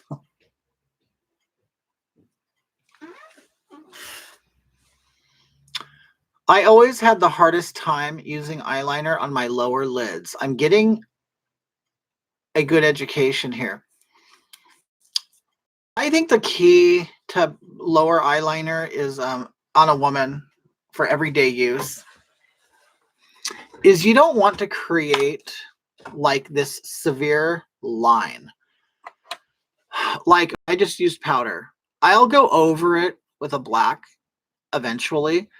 And then on top of that, I will go with a black eyeliner. And on top of that, I will go on top of that, I will go do a black eyeshadow, which will slightly smoke out the bottom of the line so it looks less stark, if that makes sense. It won't be just like a severe black line. It'll be a faded black line. No, I'm in Sierra Nevada Hills. Oh, Placerville. Yeah, I know where Placerville is. I think we've talked about that before. Kitty, do you do TikTok? I don't. You know what? I did join TikTok, but I didn't get into it and pay attention to it to figure out how to make it work. So I just ditched it. But I think I still have it on my phone. Yep. California losing. They were talking about that too in the news, that California will lose a congressional seat because so many people are leaving. whoever thought California would actually lose more people than gain people? But nope, let's not look at the politics. It has nothing to do with that, right? It's funny because you know when you're on the news, when you're watching the news, all they talk about is the financial reasons, but they don't talk about the other reasons. There are many other reasons. California has always been expensive. It's not like it just became expensive. It's always been expensive compared to other places. Um, and the reality is they don't really even give you a true snapshot. Okay, like my mother. My mother bought a 2-bedroom mobile home that is completely like remodeled. It's all updated. It's modern. It's beautiful. And she has a 2-car garage, which most mobile homes in California don't have this. It has a 2-car garage with an additional bedroom attached to that, with its own heating and air conditioning. And she has a small yard. And she bought her place with the land. So she got the land and the mobile home for $156,000. That is, she lives between where I live in Palm Springs, which is about 20 miles, which in total is about 75 miles from Los Angeles. She was able to buy a $156,000 home in California that is an hour and a half from Los Angeles, in a desirable area, a growing area of California. You can still buy cheap houses in California. But they don't, it's funny, they don't tell people that. You can, depending on where you live. But it's really weird how they make it sound like people are leaving California for money reasons, when I don't think, from my experience, that has always been the case. There are people who are leaving just because they're sick of all the people, and they're sick of the culture change, and they're sick of you go to any city that's been in the decline since I was a child, and it's still declining. It's never, the cities don't get better, they get worse. And like the city I live in right now, San Bernardino. San Bernardino used to be a cool place. It's right at the base of the mountains, the California ski resorts. It used to be a car culture town. It was, Route 66 was a huge deal here. And it's been taken over. It's since the 60s, the cultural has changed. It gets worse every year. I'm a minority in this town. And it's really sad that I don't understand why diversity and decline seem to go hand in hand, but it does. Well, I'm not saying true diversity. We don't really have a true diversity here.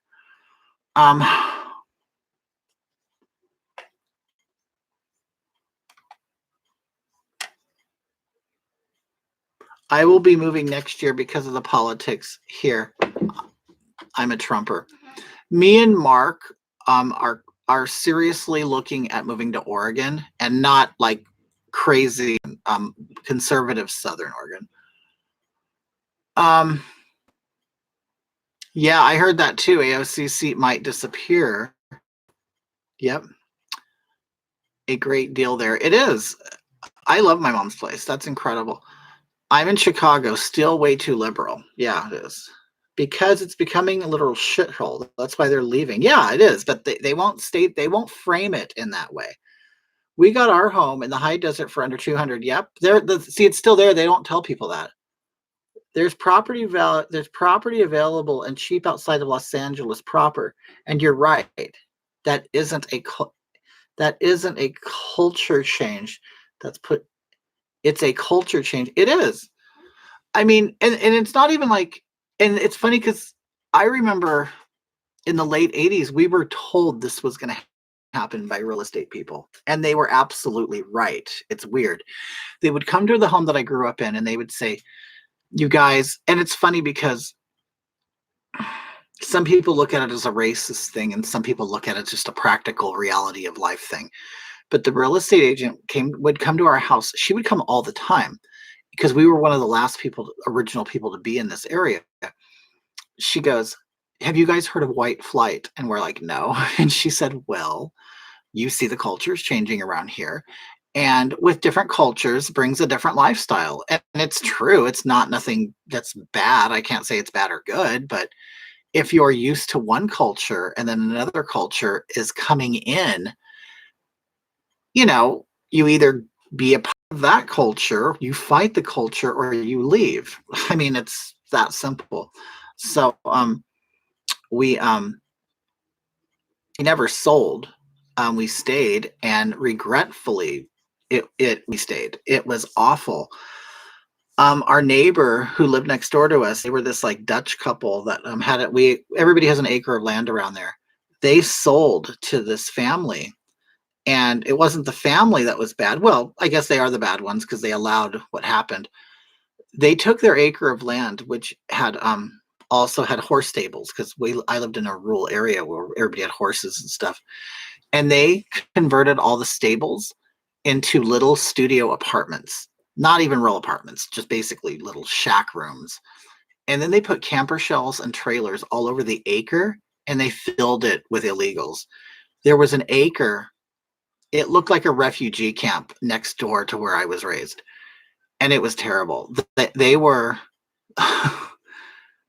they were people who just didn't care about anything.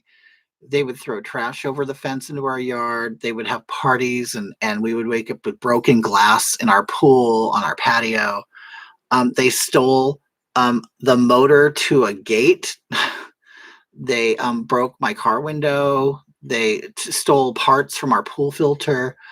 One time they took wire cutters and cut the chain link fence in our yard, opened up the gate or the fence so their animals can come in and eat our acre of land. They ate all our flowers, they ate our grass, they could eat the weeds, that's fine.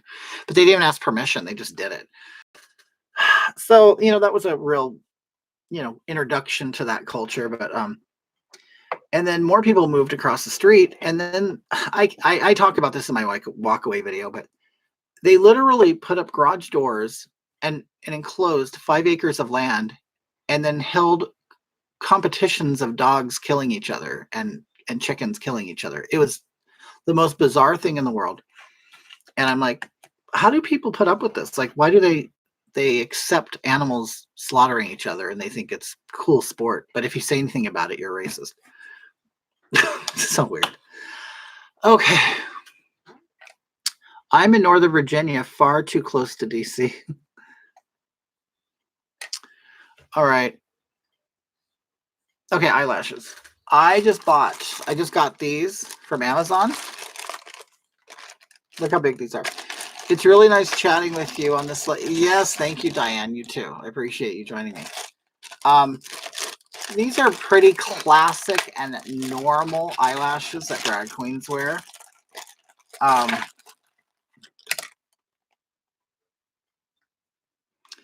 A lot of time, see, it's funny, they look really big right now, but when I put them on, they kind of aren't that big because I'm a big guy. Watch, I'll show you. If I could open it. God, they did a really good job of sealing this up. Okay, so you want to know a trick I learned? One time I took one of these eyelashes and I put hairspray on it.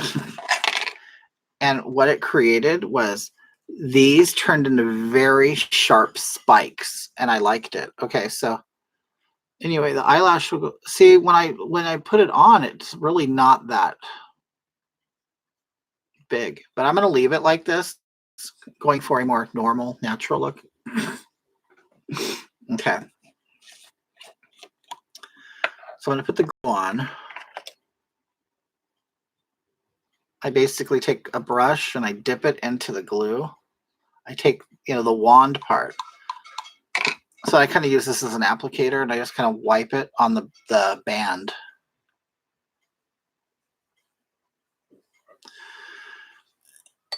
Okay. Kind of let it dry. Kitty, how do you feel about the drag queen storytime hour with little children? I think it's stupid. I think it's bad. And I really wish that heterosexual mothers would stop doing it. Because it's so funny. It's we can all easily go ahead and attack the drag queen, attack the gay culture, and yes, they're providing a service, whatever. But it's called supply and demand. If all these heterosexual women, for some reason, are fascinated with drag queens and they want them reading to their kids, I don't understand. Personally, I would rather maybe a fireman, a doctor, a cop, a military service person, an elderly person in a rest home. I would rather those people read to my child. Why I need some, and I'm generalizing here, but why the hell do I need some 21-year-old drug addict, alcoholic who parties all night and sleeps around and puts on makeup, and typically they're not pretty either. They're pretty gross and crusty. Why the hell do I want that reading to my child? I don't get it. Okay, so I'm gonna put my eyelash on. I tend to tip them up more than my regular lash. And at the ends, I don't droop them down. I kind of go outward, and then the part down here, I'll color black, and I'll show you. Okay.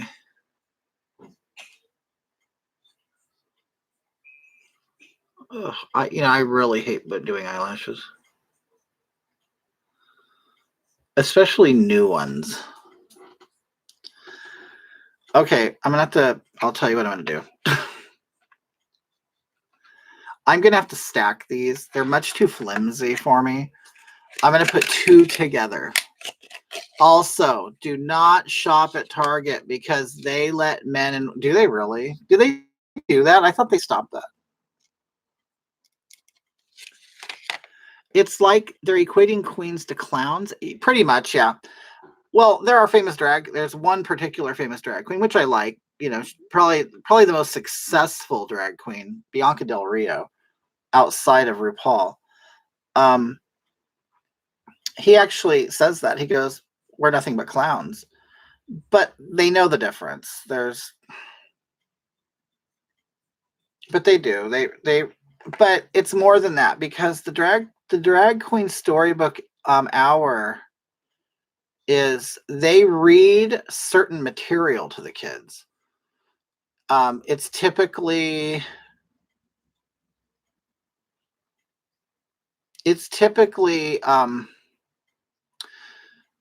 stories on being yourself, which they don't really mean that.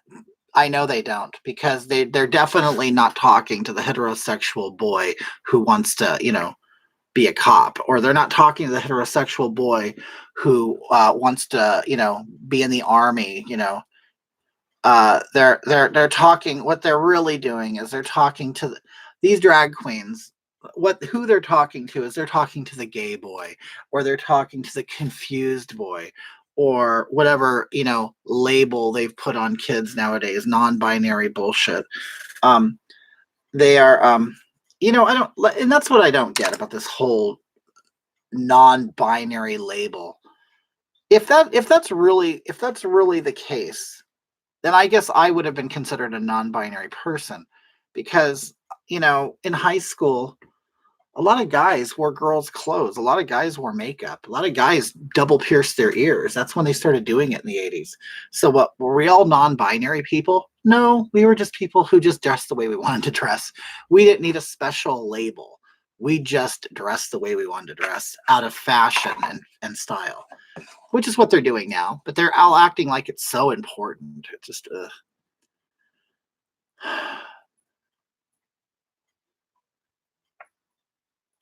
oh, you can't put on fire. Yeah, it's funny. And I do like Bianca. Bianca had a residency at the club I worked at, so we saw her all the time before she started touring the world. Really like Bianca, but Bianca is one of these who do cave into PC culture. They all do at some point.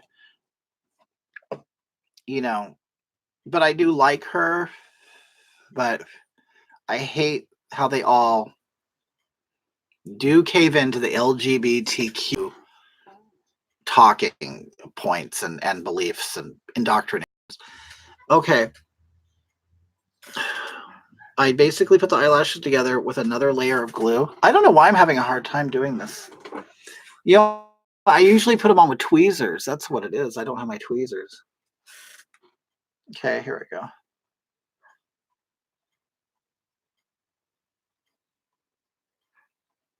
It's probably going to totally suck.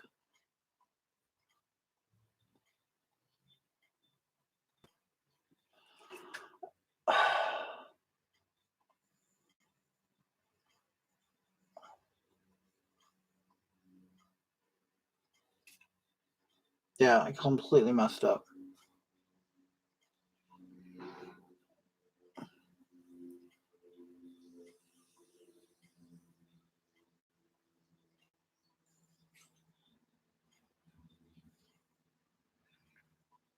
See, I got glue right here.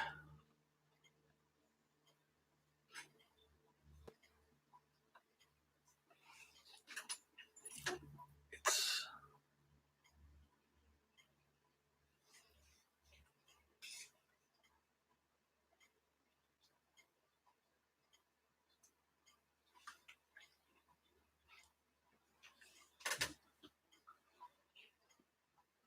Okay.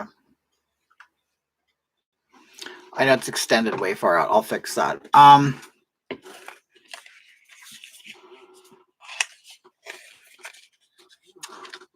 Very understated. Wait, oh, is that Peaches? Oh, is Peaches in here? You know, in Hogatha's new storyline, she got rid of Peaches because Hogatha's going and okay, in case you guys don't know Hogatha's gig, okay, I got new black eyeliner and I'm gonna color underneath her.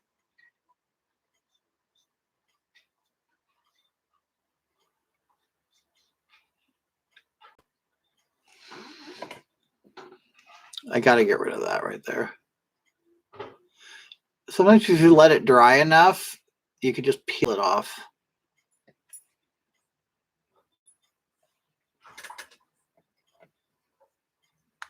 Okay, now I use this kind of eyeliner, which I love.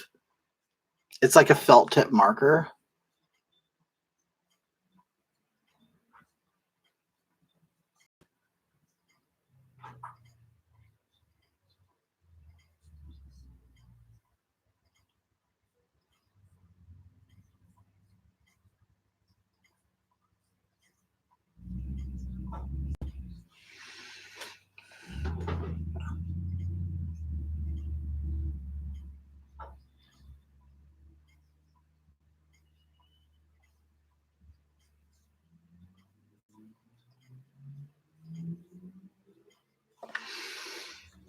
Wait. I love transformations. Me too. I do. I love transformations.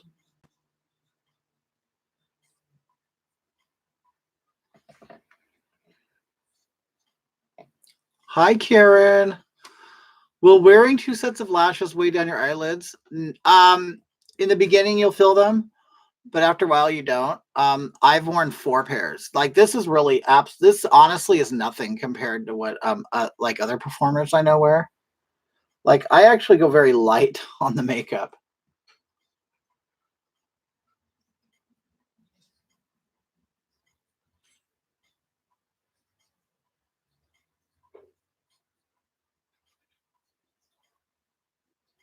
You guys should really try out this kind of eyeliner. It's really cool.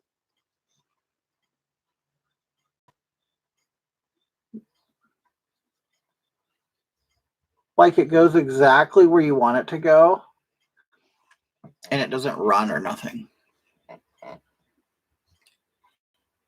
I leave like a little gap there.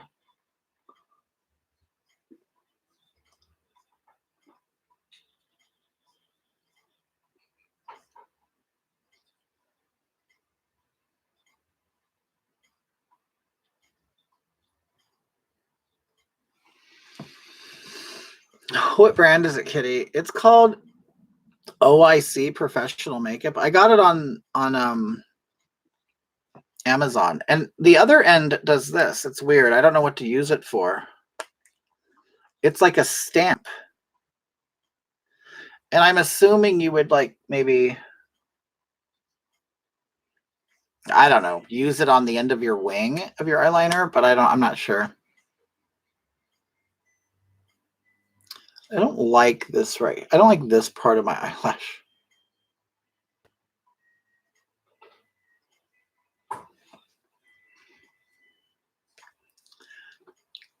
The liquid eyeshadow is called, it really is good. Wait, I love it. It's called Miss Rose. I don't know if you can see it. Yeah, Miss Rose. It's really cool. You get like all those colors for like, was it like $13?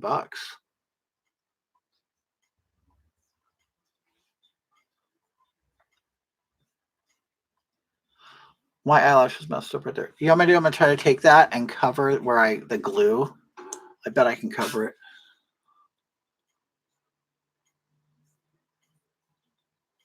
There we go.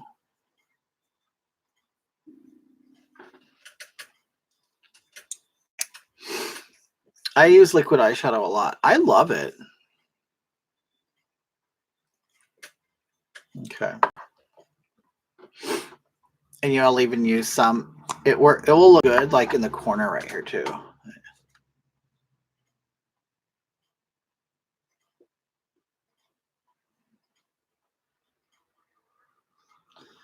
And even right here.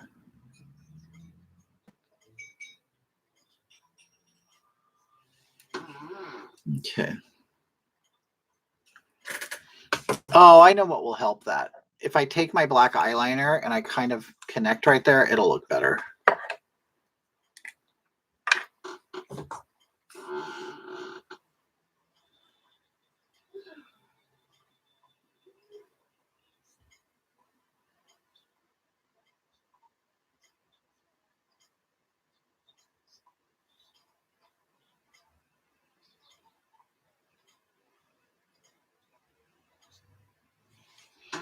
Okay.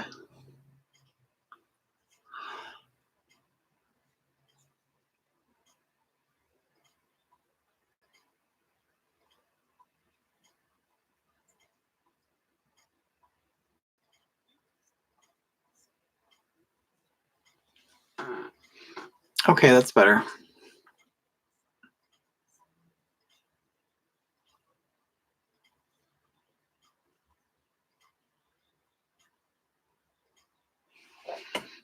I love this eyeliner. This eyeliner is really cool.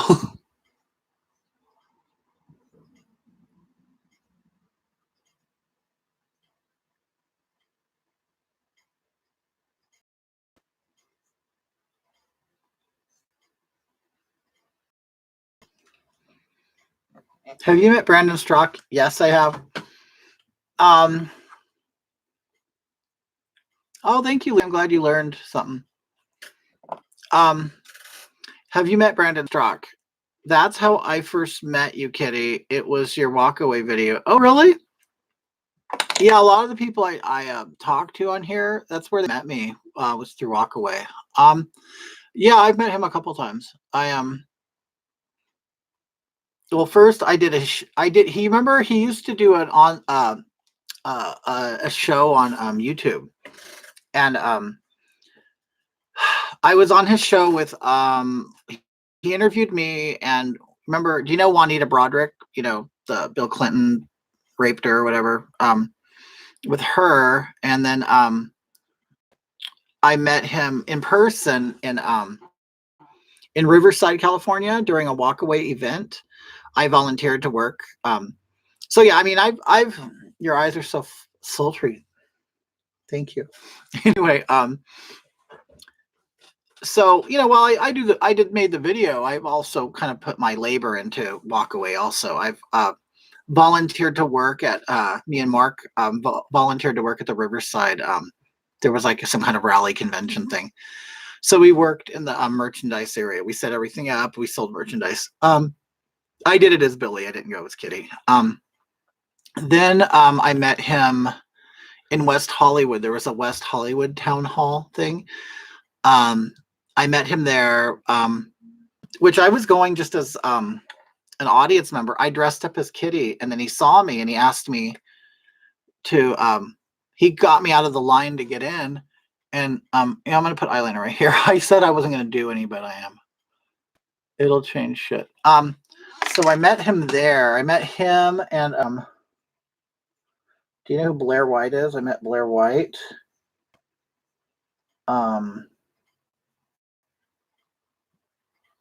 Mikey Harlow, which is a friend of Brandon's. He's a really cool guy. I liked him.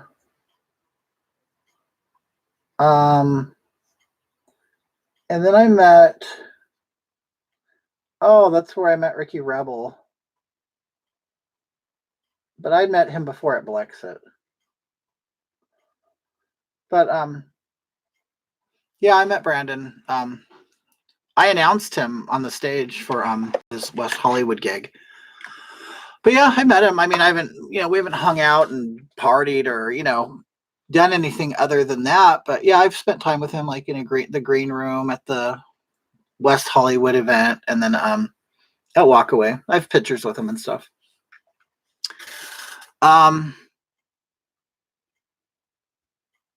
I wish they'd do far more video.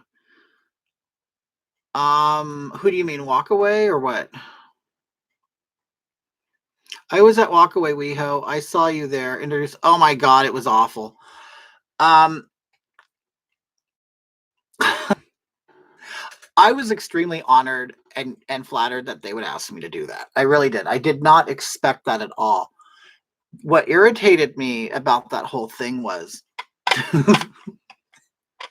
which I now laugh at it, but I wasn't laughing at the time.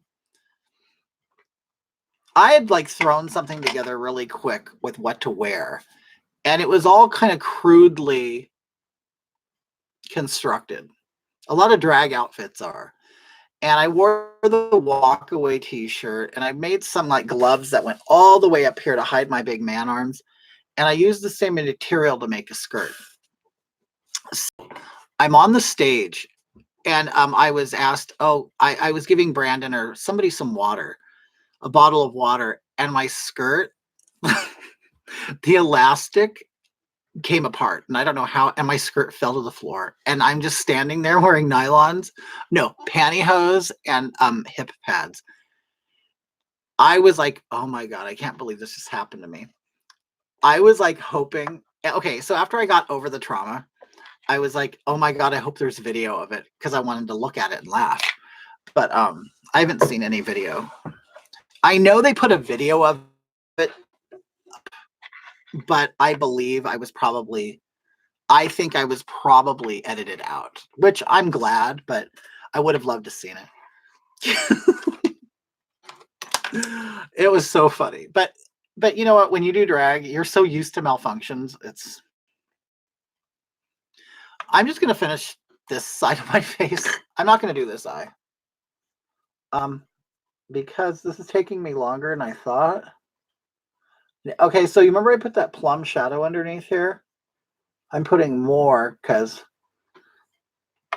with all the black on, it's so, when you're so fair and you wear like a heavy black eyeline, it's very, I don't know. I like when there's a smudginess to it. So, okay, so I have the purple right here. And now I'm going to use a finer brush and go in with black. And I'm going to go over the black line. And it will kind of, I don't know. What's the word I'm looking for? I just think it looks better. I mean, it's a normal thing that people do anyway. Okay, there's the black. Kind of smudging it in over the black eyeliner and into the purple.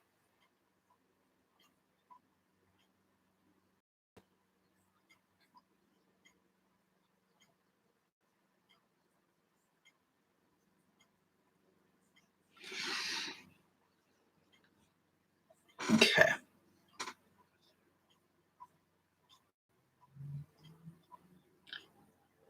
I always looks like it was typical what in the 50s and 60s where it's like really all black up in here and like you're really wearing nothing on the bottom. I wish I could do that, but it doesn't look good on me. Okay. Or I don't like it. Or I don't know how to wear it, I should say. I really like that. Now I could even go in and which I should, is define the crease more. See, I always catch myself doing this. Once I have the lashes on and the eyeliner on, I realize my eyeshadow is really not severe enough. Which is weird because before I put all the black on, I thought this was very dark. Well, in this mirror anyway. But you think I look like a movie star? Oh, that's so awesome. Thank you. It just, isn't that weird how you have a perception of yourself and then others kind of say something so great like that and you're like, oh wow, then you start feeling bad. Like you're like, well, maybe I should not, I'm a very critical person of myself.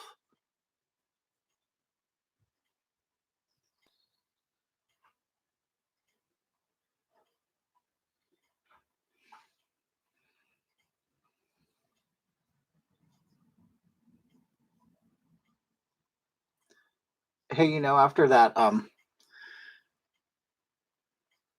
you said you made your makeup. You buy yeah, from Amazon. Most of it I do. Okay. After that event, me and Mark went to I don't know if you noticed this, but after my wardrobe malfunction, I got undressed and I came back into the audience and I sat in the front row with Mark. And I still had my drag face on, but I had my boy clothes on.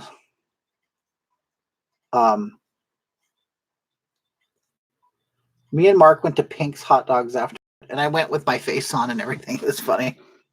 I didn't care.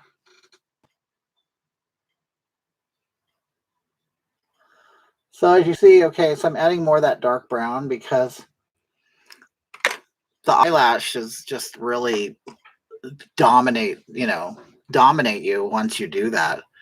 So you kind of got to add more in other places. I'm just kind of buffing that out.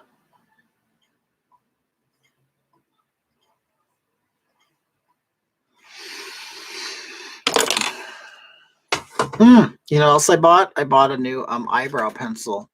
I had one of these before, right?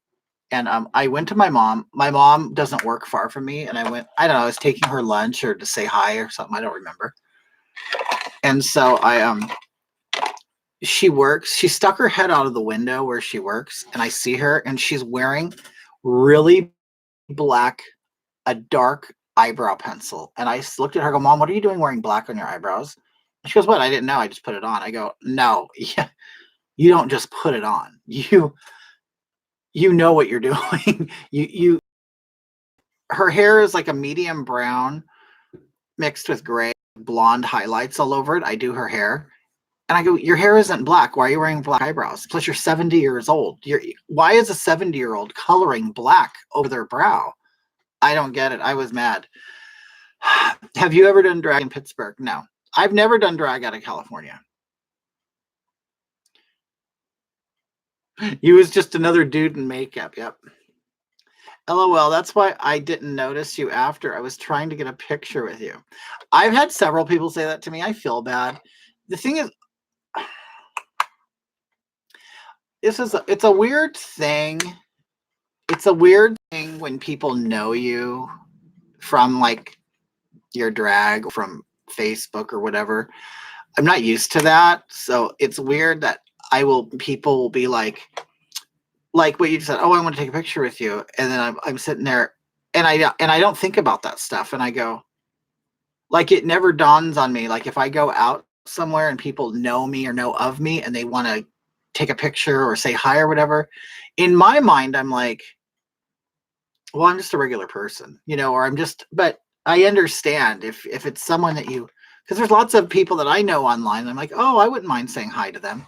But I don't know. It's sort of like this kind of a weird thing where you feel funny, like, well, people want to take a picture with me, but I understand, and I need to work through that. Okay, so you see this pencil? That's like, okay, so that's like my eyeliner. It's a felt tip thing.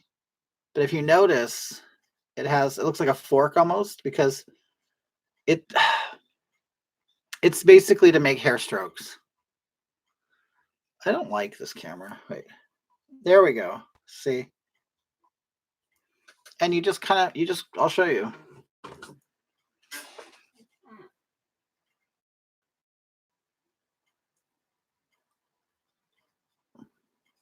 You do this.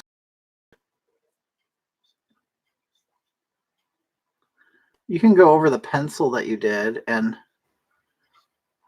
it will make the line darker, of course, but it will also give the illusion of hair strokes. I love this. I love the brushes. Okay.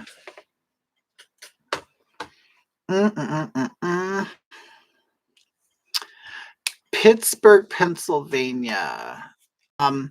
So Lisa, was it you who talked about Alaska? And so then you know of Sharon Needles, right? Or do you keep up with drag, those people? Okay. Because I've met both of them.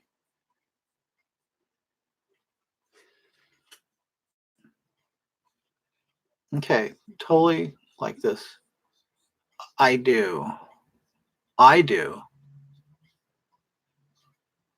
What, Sharon and Alaska? I'll tell you. And I'm really not a person I'm not a big baby at all. I'm not. I can take a lot of shit. But when I worked in the club, and I was doing security.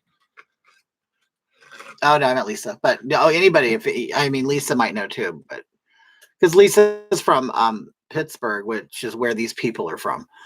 But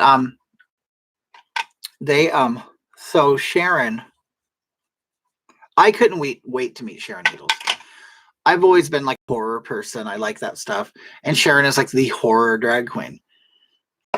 When I met him, it was a very rude awakening. Complete asshole. Like, oh, I was so disappointed. Like, I don't know how many of you met people like, famous people that you like, or, you can't wait to meet or whatever. I was so disappointed by Sharon. It was like, he's a complete mess. First of all, no, oh, okay. Well, anyway, this drag queen Sharon Needles, who won RuPaul's Drag Race, like won $100,000, traveled the world, got all this worldwide fame, is the biggest asshole I have ever met in my life, and for no reason. Like, it's funny because when he was in the RuPaul's Drag Race is a reality game show where you start out with 13 contestants, and in the end you end up with one, and that person wins $100,000 and wins worldwide fame. They get music videos, they get whatever, they get everything. Okay. Well, Sharon won RuPaul's Drag Race. So, of course, ends up in the club I'm working at on a tour. Oh, you were afraid of it. That's so funny. No, and it was I was such a drag fan of these people. And then I work with them. And of course I'm thinking, God, what an honor to work with these people. Oh my God. Well, Sharon, it's so funny because it's weird. Some of my favorite ones from the show have been the least favorite in person. Sharon was one of them. I couldn't believe what an attitude this person had. And I'm just doing contour on my nose right now, or this is the highlight, really. Um, I couldn't believe what an asshole he was. Okay, so I I basically chaperone the drag queens, and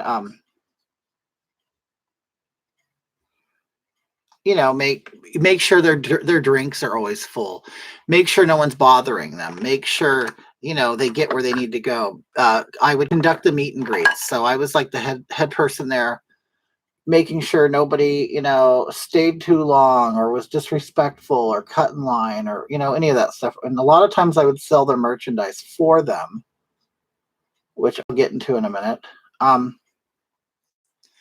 Which isn't my job. I do it as a free service because I liked them. Kitty, you should do your own show and only use other drag artists who are good people. Sharon Needles is a drug addict. I saw a show about it. I'm sure he is. I'm sure he is.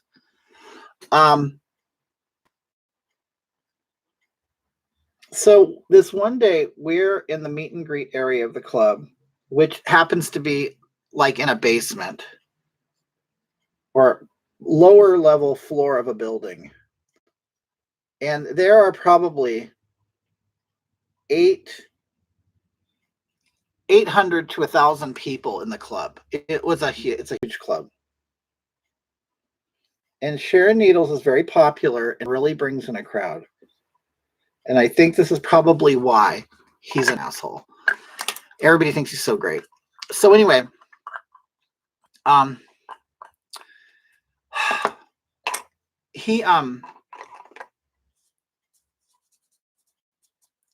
he's one of these drag queens that always want to smoke a cigarette. Like, even if there is a line of people who want to see him, who have been waiting all night to see him, he'll say, nah, I want to go smoke a cigarette. I want to go outside and smoke a cigarette.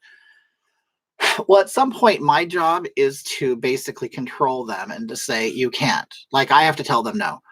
And I said, I'll remind them, all these people are here to see you.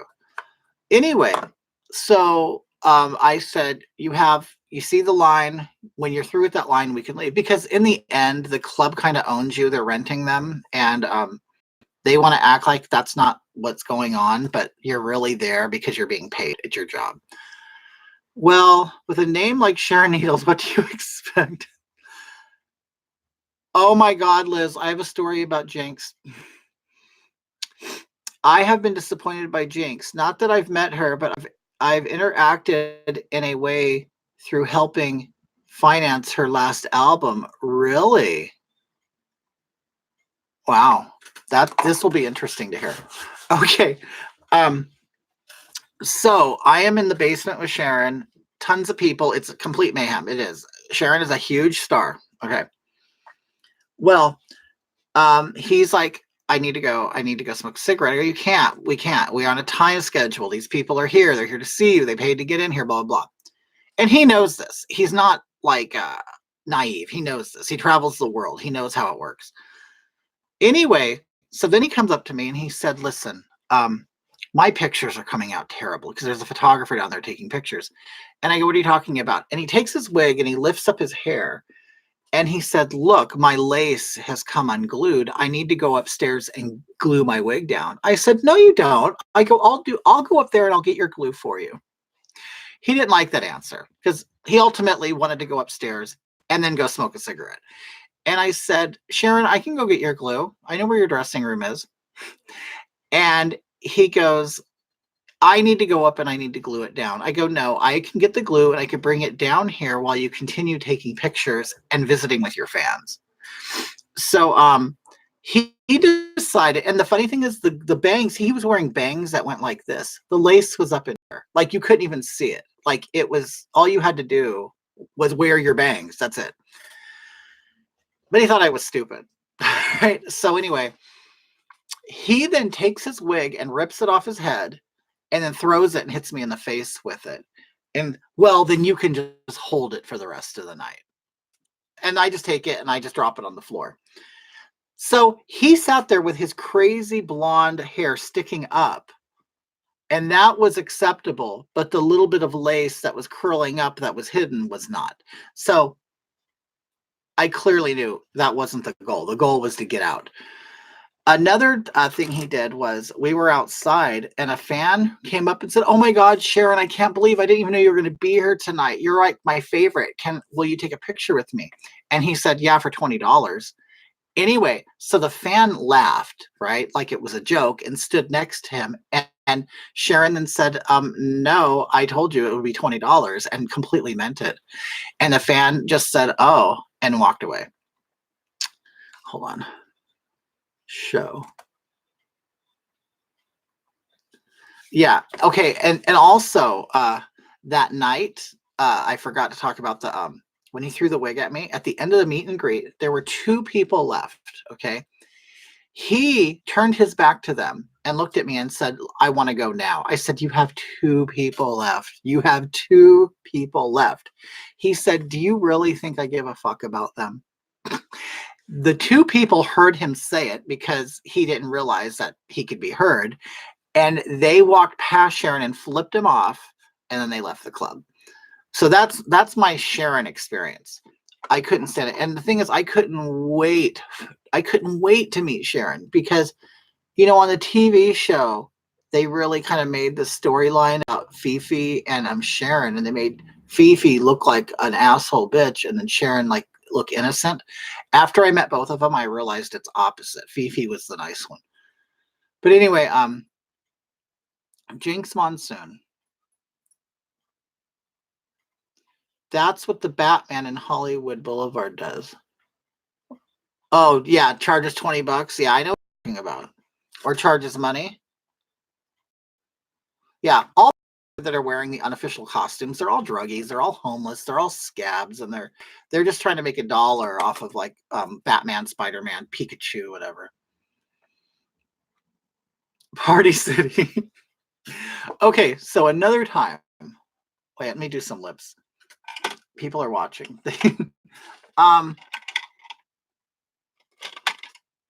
So another time, I'm gonna do like a burgundy lip line with a red lipstick, but it will all blend together.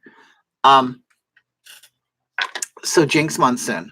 I loved Jinx Monsoon. I thought he was funny, all this stuff. Kind of looked at him as like the underdog of the season. Anyway, he comes to the club. Was very nice. I mean, I'm not gonna say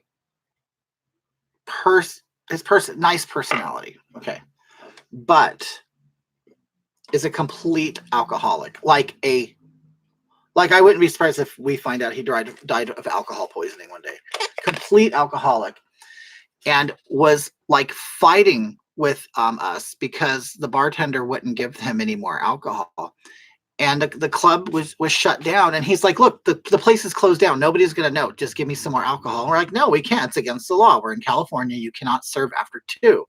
He did not like that. He thought his star power was going to have more power than the law, and that he was going to be given alcohol. And he was mad. So I was his ride back to the hotel. I kind of was the chauffeur of the club for all these people.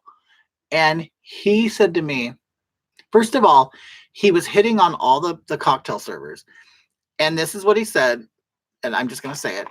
He said, "Who is going back to my hotel room with me so I could eat their ass?" And everybody's kind of like, ugh. Anyway, he kept saying it, and he kept grabbing guys' butts, like the servers in the club. And then he told me, he goes, "On the way back to the hotel, I want to drive on the streets, and I want to find somebody that I think's attractive so I can take them home and do that to them." Well, I didn't do that because once we get in the car, he basically lays down in the back seat drunk.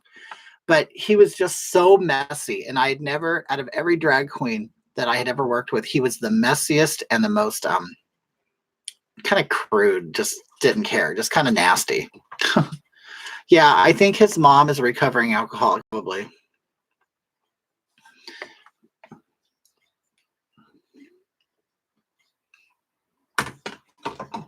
Cut to the chase. So, yeah. So, okay, I'm gonna contour my nose. which is really one of my favorite things. I love contouring my nose.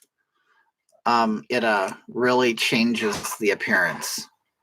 And I've kind of gone out of sequence here. I usually do my nose really early. But you're all forcing me to talk. But I mean, I'm not really here for any agenda. We're just here to do makeup and have fun. So there it is. I'll tell you a really great drag queen. And he's had drug problems and he's, I think, recovered now, is Katya.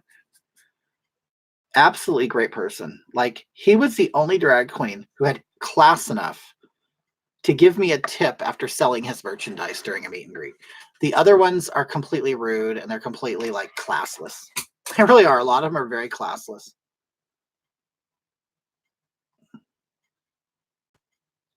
So I'm taking this dark contour color and I'm painting on the opposite sides of the white line I just made.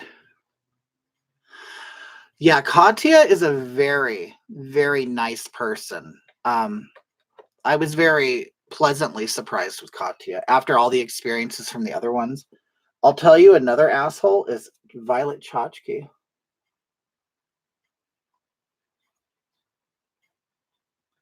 It's so funny. There's a part of me that feels bad saying all this about them because I do love the art and the I love everything about drag. I just don't like the people who do it. 9 times out of 10, Sometimes you get a really good one, but a really good person like Ginger and Katya right now are my favorites that I've worked with. I think they're the nicest ones, most genuine, like real people. God, Violet Chachki, what a complete bitch. Okay, first of all, Violet, had just come off the win of RuPaul's Drag Race. Very popular, comes to the club. Of course, the club is completely filled with people who can't wait to meet Violet.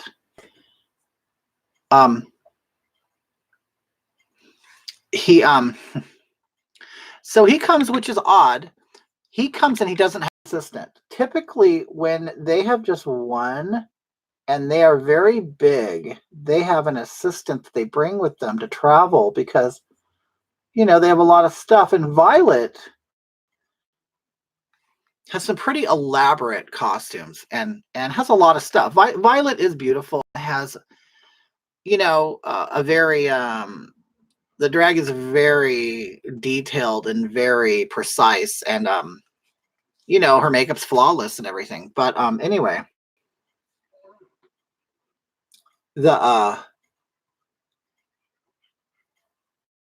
comes with no assistant and he comes with a bunch of merchandise. And it was all sexual in nature, like not all of it, but had like those ball gags, like fetish stuff, like because Violet's like into fetish and burlesque and stuff. So he had merchandise that went with the theme of his act. So he had these ball gags that were really like jawbreakers with straps on them. Got my nose. Okay. So anyway, he I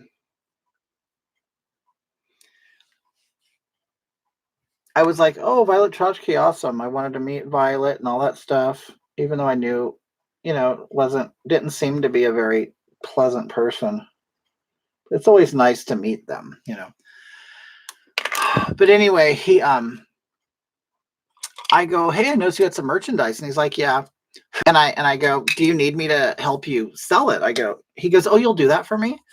I said, yeah. I go, that's just, part of my service. I will, I don't have to do it, but I will. I mean, I can chew bubble gum and walk at the same time. I could look over your stuff and sell it and protect the scene, He's all, that's great. Thank you. Anyway, so he goes through everything and he hands me the box, or it's actually a suitcase. He goes, okay, now I've had trouble before. I said, okay. And he goes, I just want you to know I've counted everything and I know exactly what I have of everything. So I'll know if it's missing or not.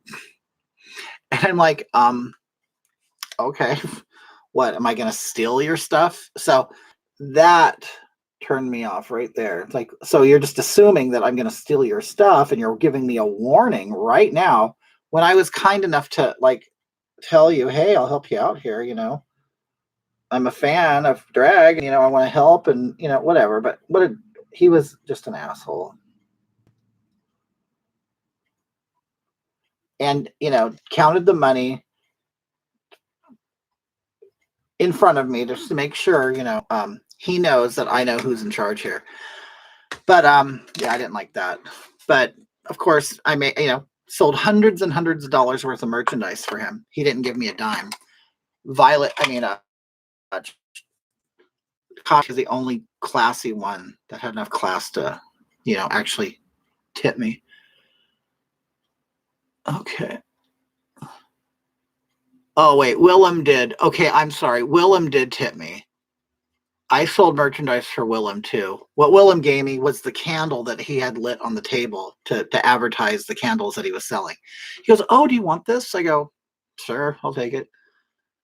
But, you could sit there and you could offer a free service to these people to sell their stuff because they're too cheap to have an assistant, and then they don't give you anything. It's like, okay, I learned quickly.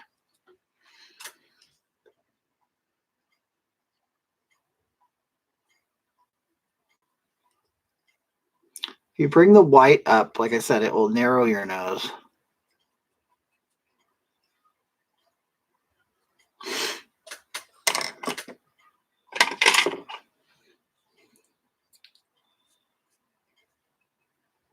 Kitty is spilling the tea.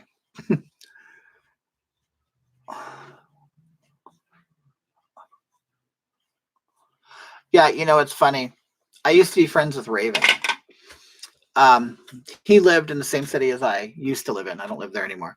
But I used to, okay, so he is like kind of like the big queen at the club I worked at. He's like the home host, okay? Like the club is considered his home, okay? So his boyfriend used to come to the club all the time, but then stopped. Well, then the owner of the club would have to go pick Raven up at his home because he had 2 DUIs, okay?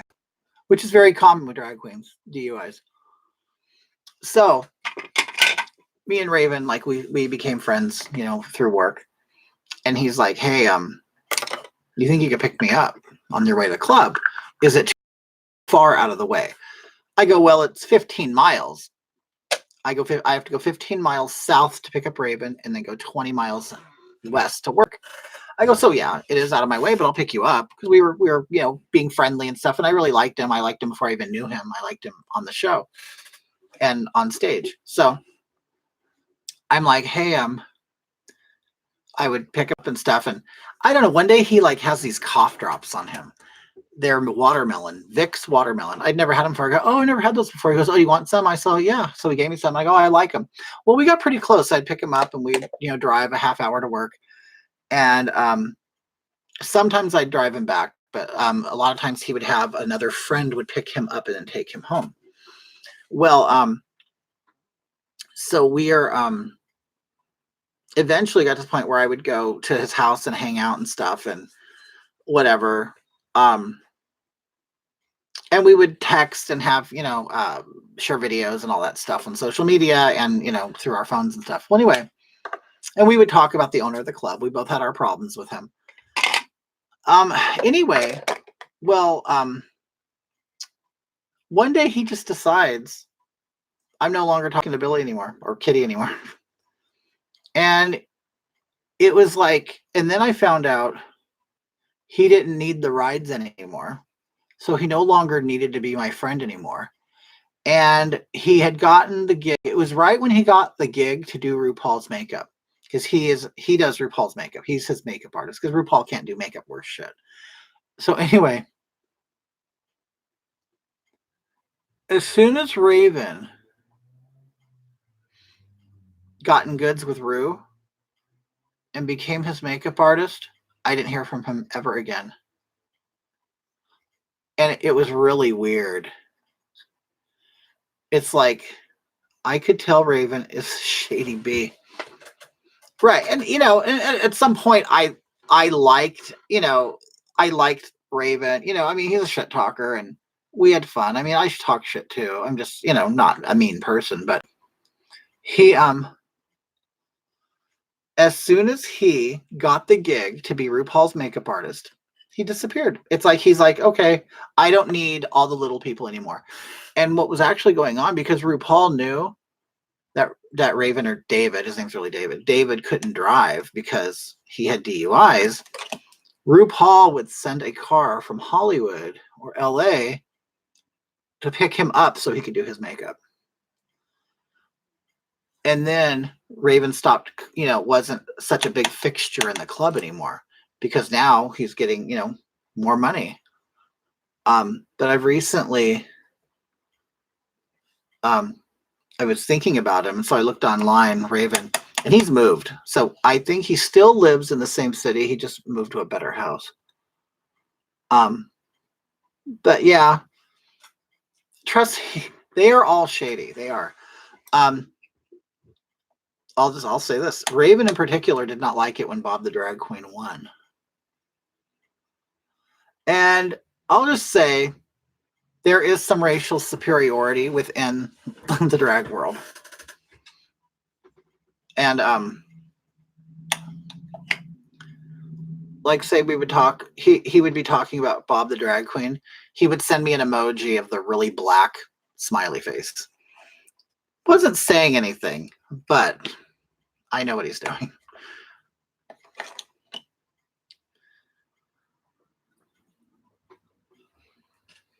I'm just using blush right now. I'm severely applying it. Okay. And you could take that same color from the brush and kind of do it here, and it will kind of bring color back into your face. Yeah, because we all kind of, especially if you're fair, you kind of got a reddish, pinkish look. And I'll even do down here.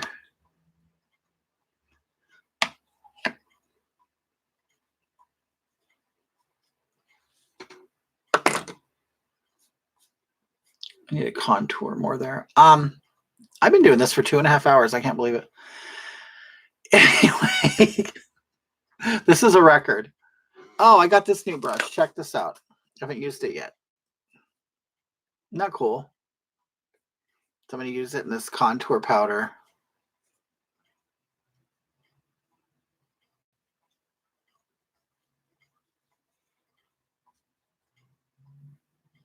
I need to get this darker right there. Okay. You can hide like your jowls and your little bumps and stuff with a darker contour color.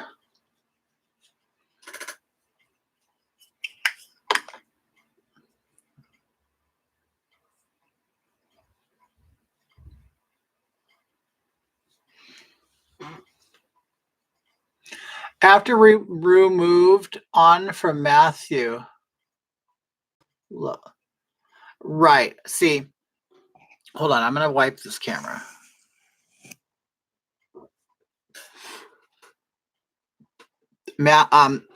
Apparently, Raven never really told me exactly what happened between Matthew and Rue, but I know Matthew walked out on Rue. It was not a good departure, and he left, and I think it had something to do with money, because he wanted more money, because he was Rue. He created Rue's look. Rue is completely manufactured. He doesn't do his own makeup. In fact, there are pictures of him where he has done his own makeup and it looks awful. Okay, this is just the highlighter. I'm going to put some right here. On the highest point of my cheeks. Okay.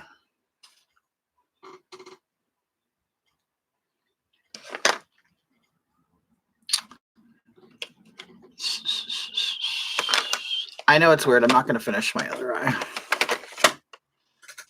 Okay. because I'm going to take it all off and do Hagatha.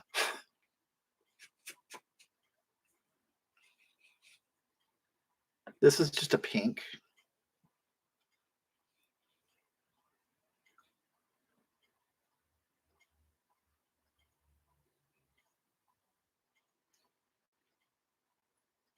Oops.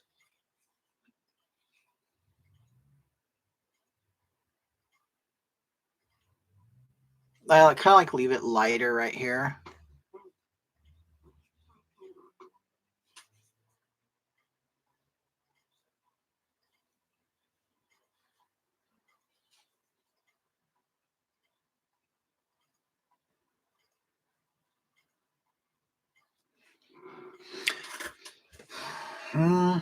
I find it hilarious that Rue created a competition expecting the queens to do all the things he can't do. It's the truth, though. I'll post a picture. I don't know if you guys who follows me on Twitter, but I'll post a picture of RuPaul who he did his own makeup. Yes, I'm staying home to see Hagatha live. Well, don't stay home for me.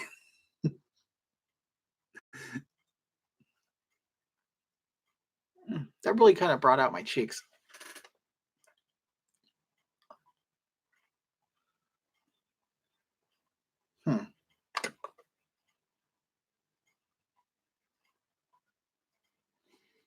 Kind of want to take that line away. Okay, there it goes.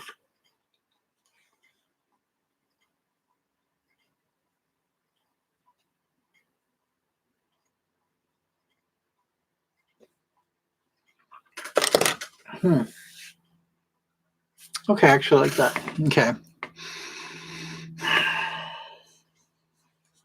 My nose looks very skinny.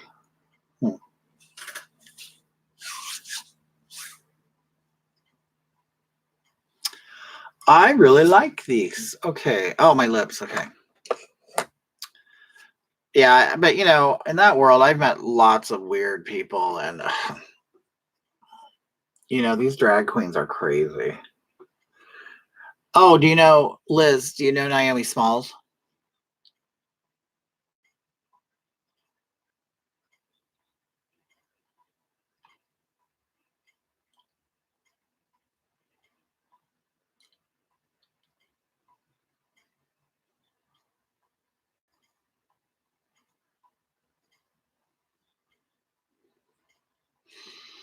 I went to cosmetology school with him.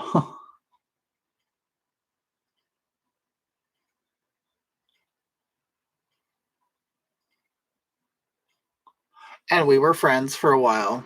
Oh, thank you, Lisa. We were friends for a while until he got, famous.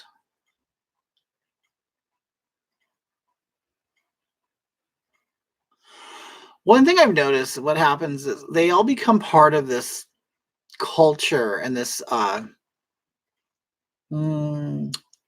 cult, really, and they all kind of do the same stuff, and you see and funny thing is there's a lack of diversity of opinions and thoughts within the drag world. It's really strange. Isn't it crazy that in our worlds we're the weirdos? I'm pagan. Yeah, I'm a weirdo.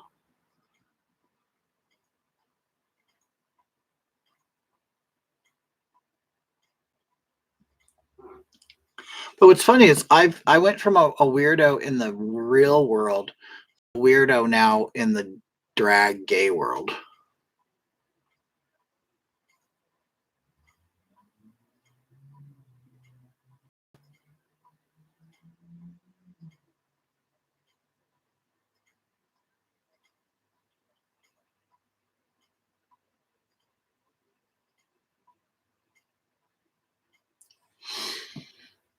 Okay. The key to this is a very sharp pencil.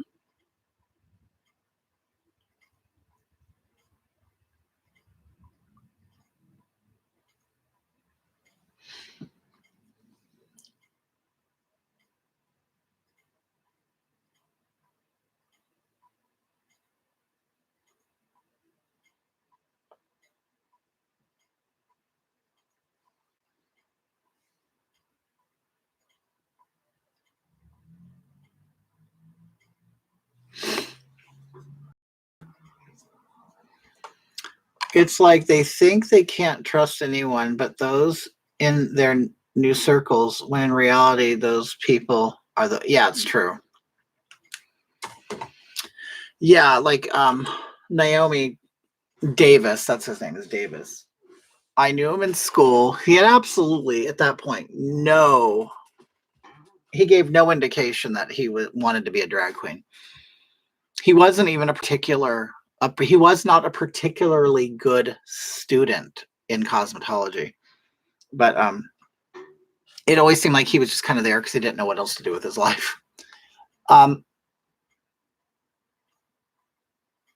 He's a black guy, but he was adopted into a white family. And most of his siblings are adopted. The father is a doctor. He comes from a good family with money. And once he became Naomi Smalls, he performed at the club I worked at. And he came up to me because he was worried because he wasn't 21 yet. And it was very common for the drag queens to do a shot as they hosted the show, because a lot of drag queens don't. Club 96, yes. So they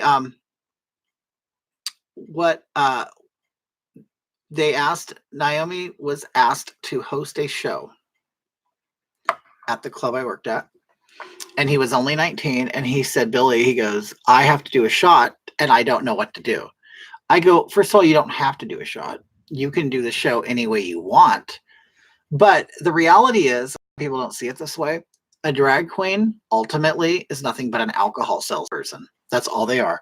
Your job is to be popular enough to get people into the club to watch the show so the owner can sell the people alcohol.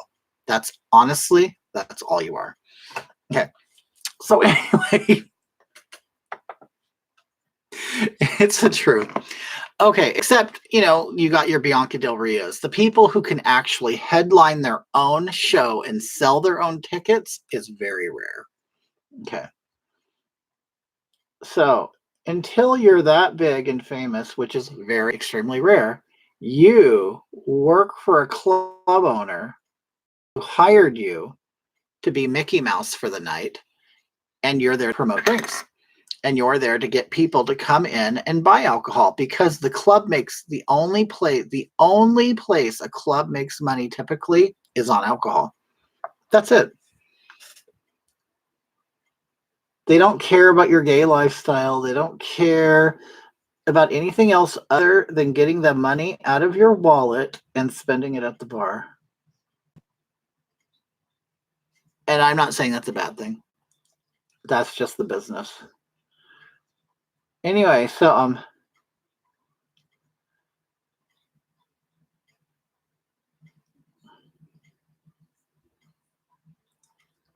as soon as Davis became Naomi Smalls, no, in the club. So he goes, I don't know what to do. I have to do a shot. I go, you don't have to do a shot. That's just what everybody does. You can do whatever you want. He goes, yeah, but they want me to do a shot to sell the liquor. I'm like, then set it up with the bar beforehand. Get a shot of Coca-Cola, whatever, a shot of Sprite, whatever, apple juice. The audience does not have to know what's in the glass. And he said, that's a good idea. I'm going to do that.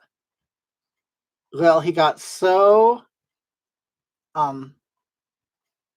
involved in his makeup, in his number, he forgot to tell the bar to make him a separate shot of non-alcoholic drink, and he did the shot anyway.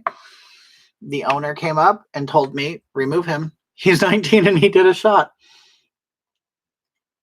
So we had to remove him. And he was mad. And I go, you can't be mad, Davis. You knew this was going to happen.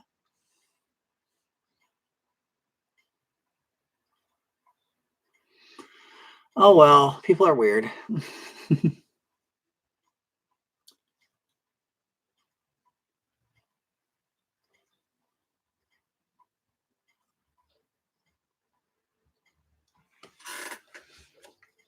Anyway, got my big lips on. For some reason, this red, I need to get it darker.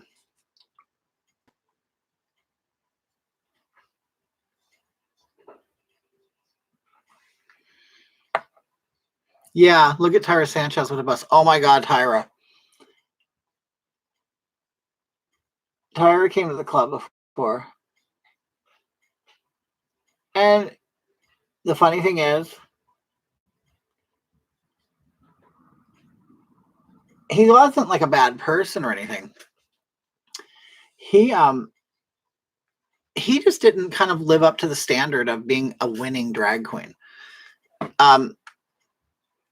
His makeup was very minimal, and he didn't even wear eyelashes. Constantly being called out for not wearing eyelashes.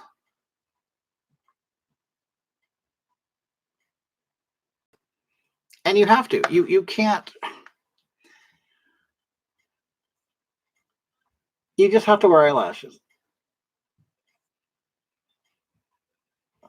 He thought he could just wear a bunch of eyeliner.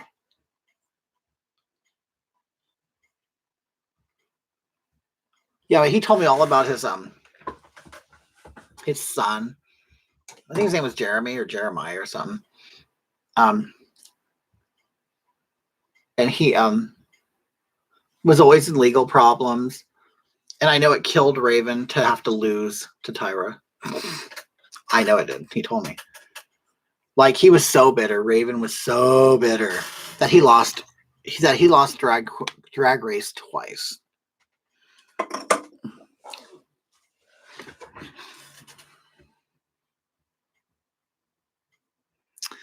That's life, isn't it? I mean, what do? You got on the show, you got famous, you know. I mean, he has a job now doing RuPaul's makeup. I mean, I don't know. But that does bother him I know it does. He told me. He lost twice.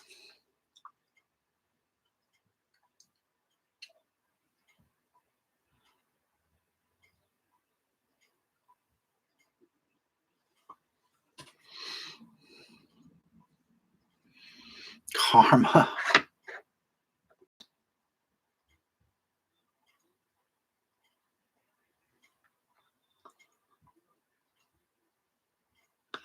I'm just putting white now.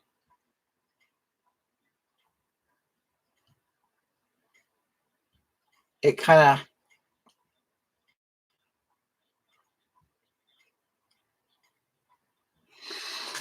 of gives the illusion of light, you know.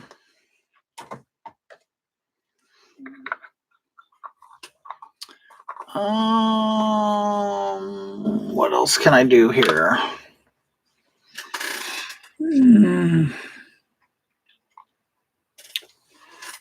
There's a part of me that really wants to go heavy on the contour down here. I think I'm going to. Just to see what it looks like.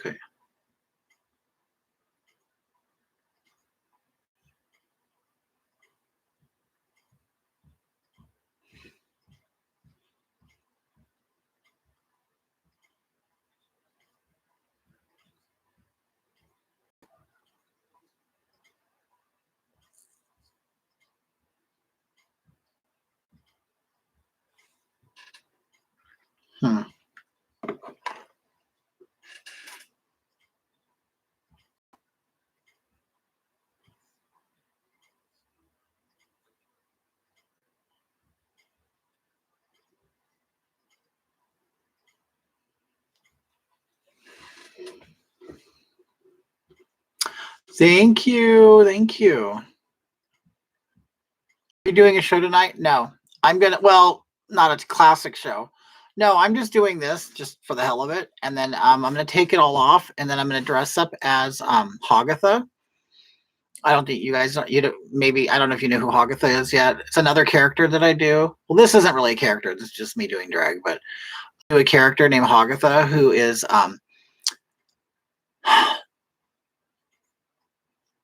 Hagatha in a bit. Hagatha is a misgendered vegan, intersectional lesbian, everything that isn't normal. or average or, common. People like her, but love to hate her. A lot of people know what it's an act, so they're entertained with the act of me doing it. She's recently learned how to read tarot cards. She's just, a mess, but a feminazi. Yeah. She's basically, Hog is California's wet dream, basically. Yeah. I've seen Hogatha. She's unbelievable. So she's doing tarot card readings now. Her wife, Hogatha, is a lesbian, and has a lesbian girlfriend who is also trans. And she's Black. Hogatha will only date Black people. Hogatha feels personally responsible for the oppression of people of color, and she is a white knight, and she protects them. She's basically every extreme liberal put together, so it's fun. And people like her. I did it as a joke one day, and people really liked her because they get it. And she gets a lot of audiences. She gets people who actually believe her. People do believe that Hogatha is real. And then there's the people who are just coming in on Hogatha, watching, going, oh my God, I can't believe this. And then there's the people who know it's a joke, and then they're actually entertained by the comments of the people who don't know that it's fake. So it's just fun. And it means, Hogatha means something to different people. And it's just something I accidentally or stumbled upon one day, and I've been doing it. So, okay, I'm going to end there. Well, you know what? I should pop on some hair. Okay, let me pop on some hair, and we'll see what it looks like. I've been wearing this brown wig for a while. Like it. I got it at Amazon. Okay. And it's a mess. So I tend to wear my hair down like this to cover the areas that I have to like severely contour. I mean, a lot of drag is really positioning, angles, lighting, all of that.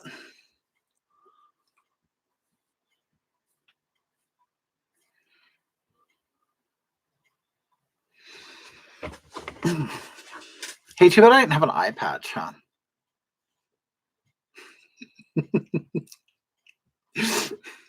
But I'll tell you the funnest thing for me doing this is that I am really a 6'3", 300-pound man. Like, I'm a huge lumberjack of a man. And with a beard on, I look very rugged and masculine. And I just love that I can create this. That's what I think is hilarious. I love doing it. And people will meet me after, they've seen me on video, or like, through the walkaway video. People thought they knew me through the video, but when they meet me in person, they're absolutely shocked that I'm this huge football player of a man. And it's just so funny that I can create this. That's why I do it. I don't, what a lot of people think, and I'm not, we all know what, we know what the word cross-dresser, transvestite, whatever. There are people who, they do get a sexual satisfaction from this.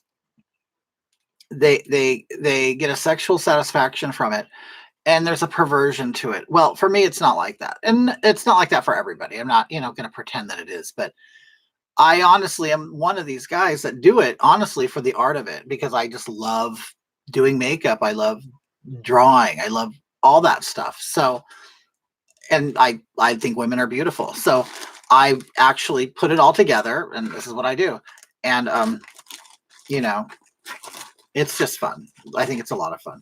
And I never realized how it's fun for other people too, to, they're entertained by it or to watch it, or, so I just love doing it. I don't live like this. I'll take it all off and then go eat dinner. So anyway, thank you guys for watching. if you want to watch Hogatha, you can go to her Twitter page, or here on YouTube. Hogatha has a whole other page. If you want to see it, because I separate Hogatha and Kitty now. I used to do them together, but I don't anymore. Hold on. Let me switch accounts real quick.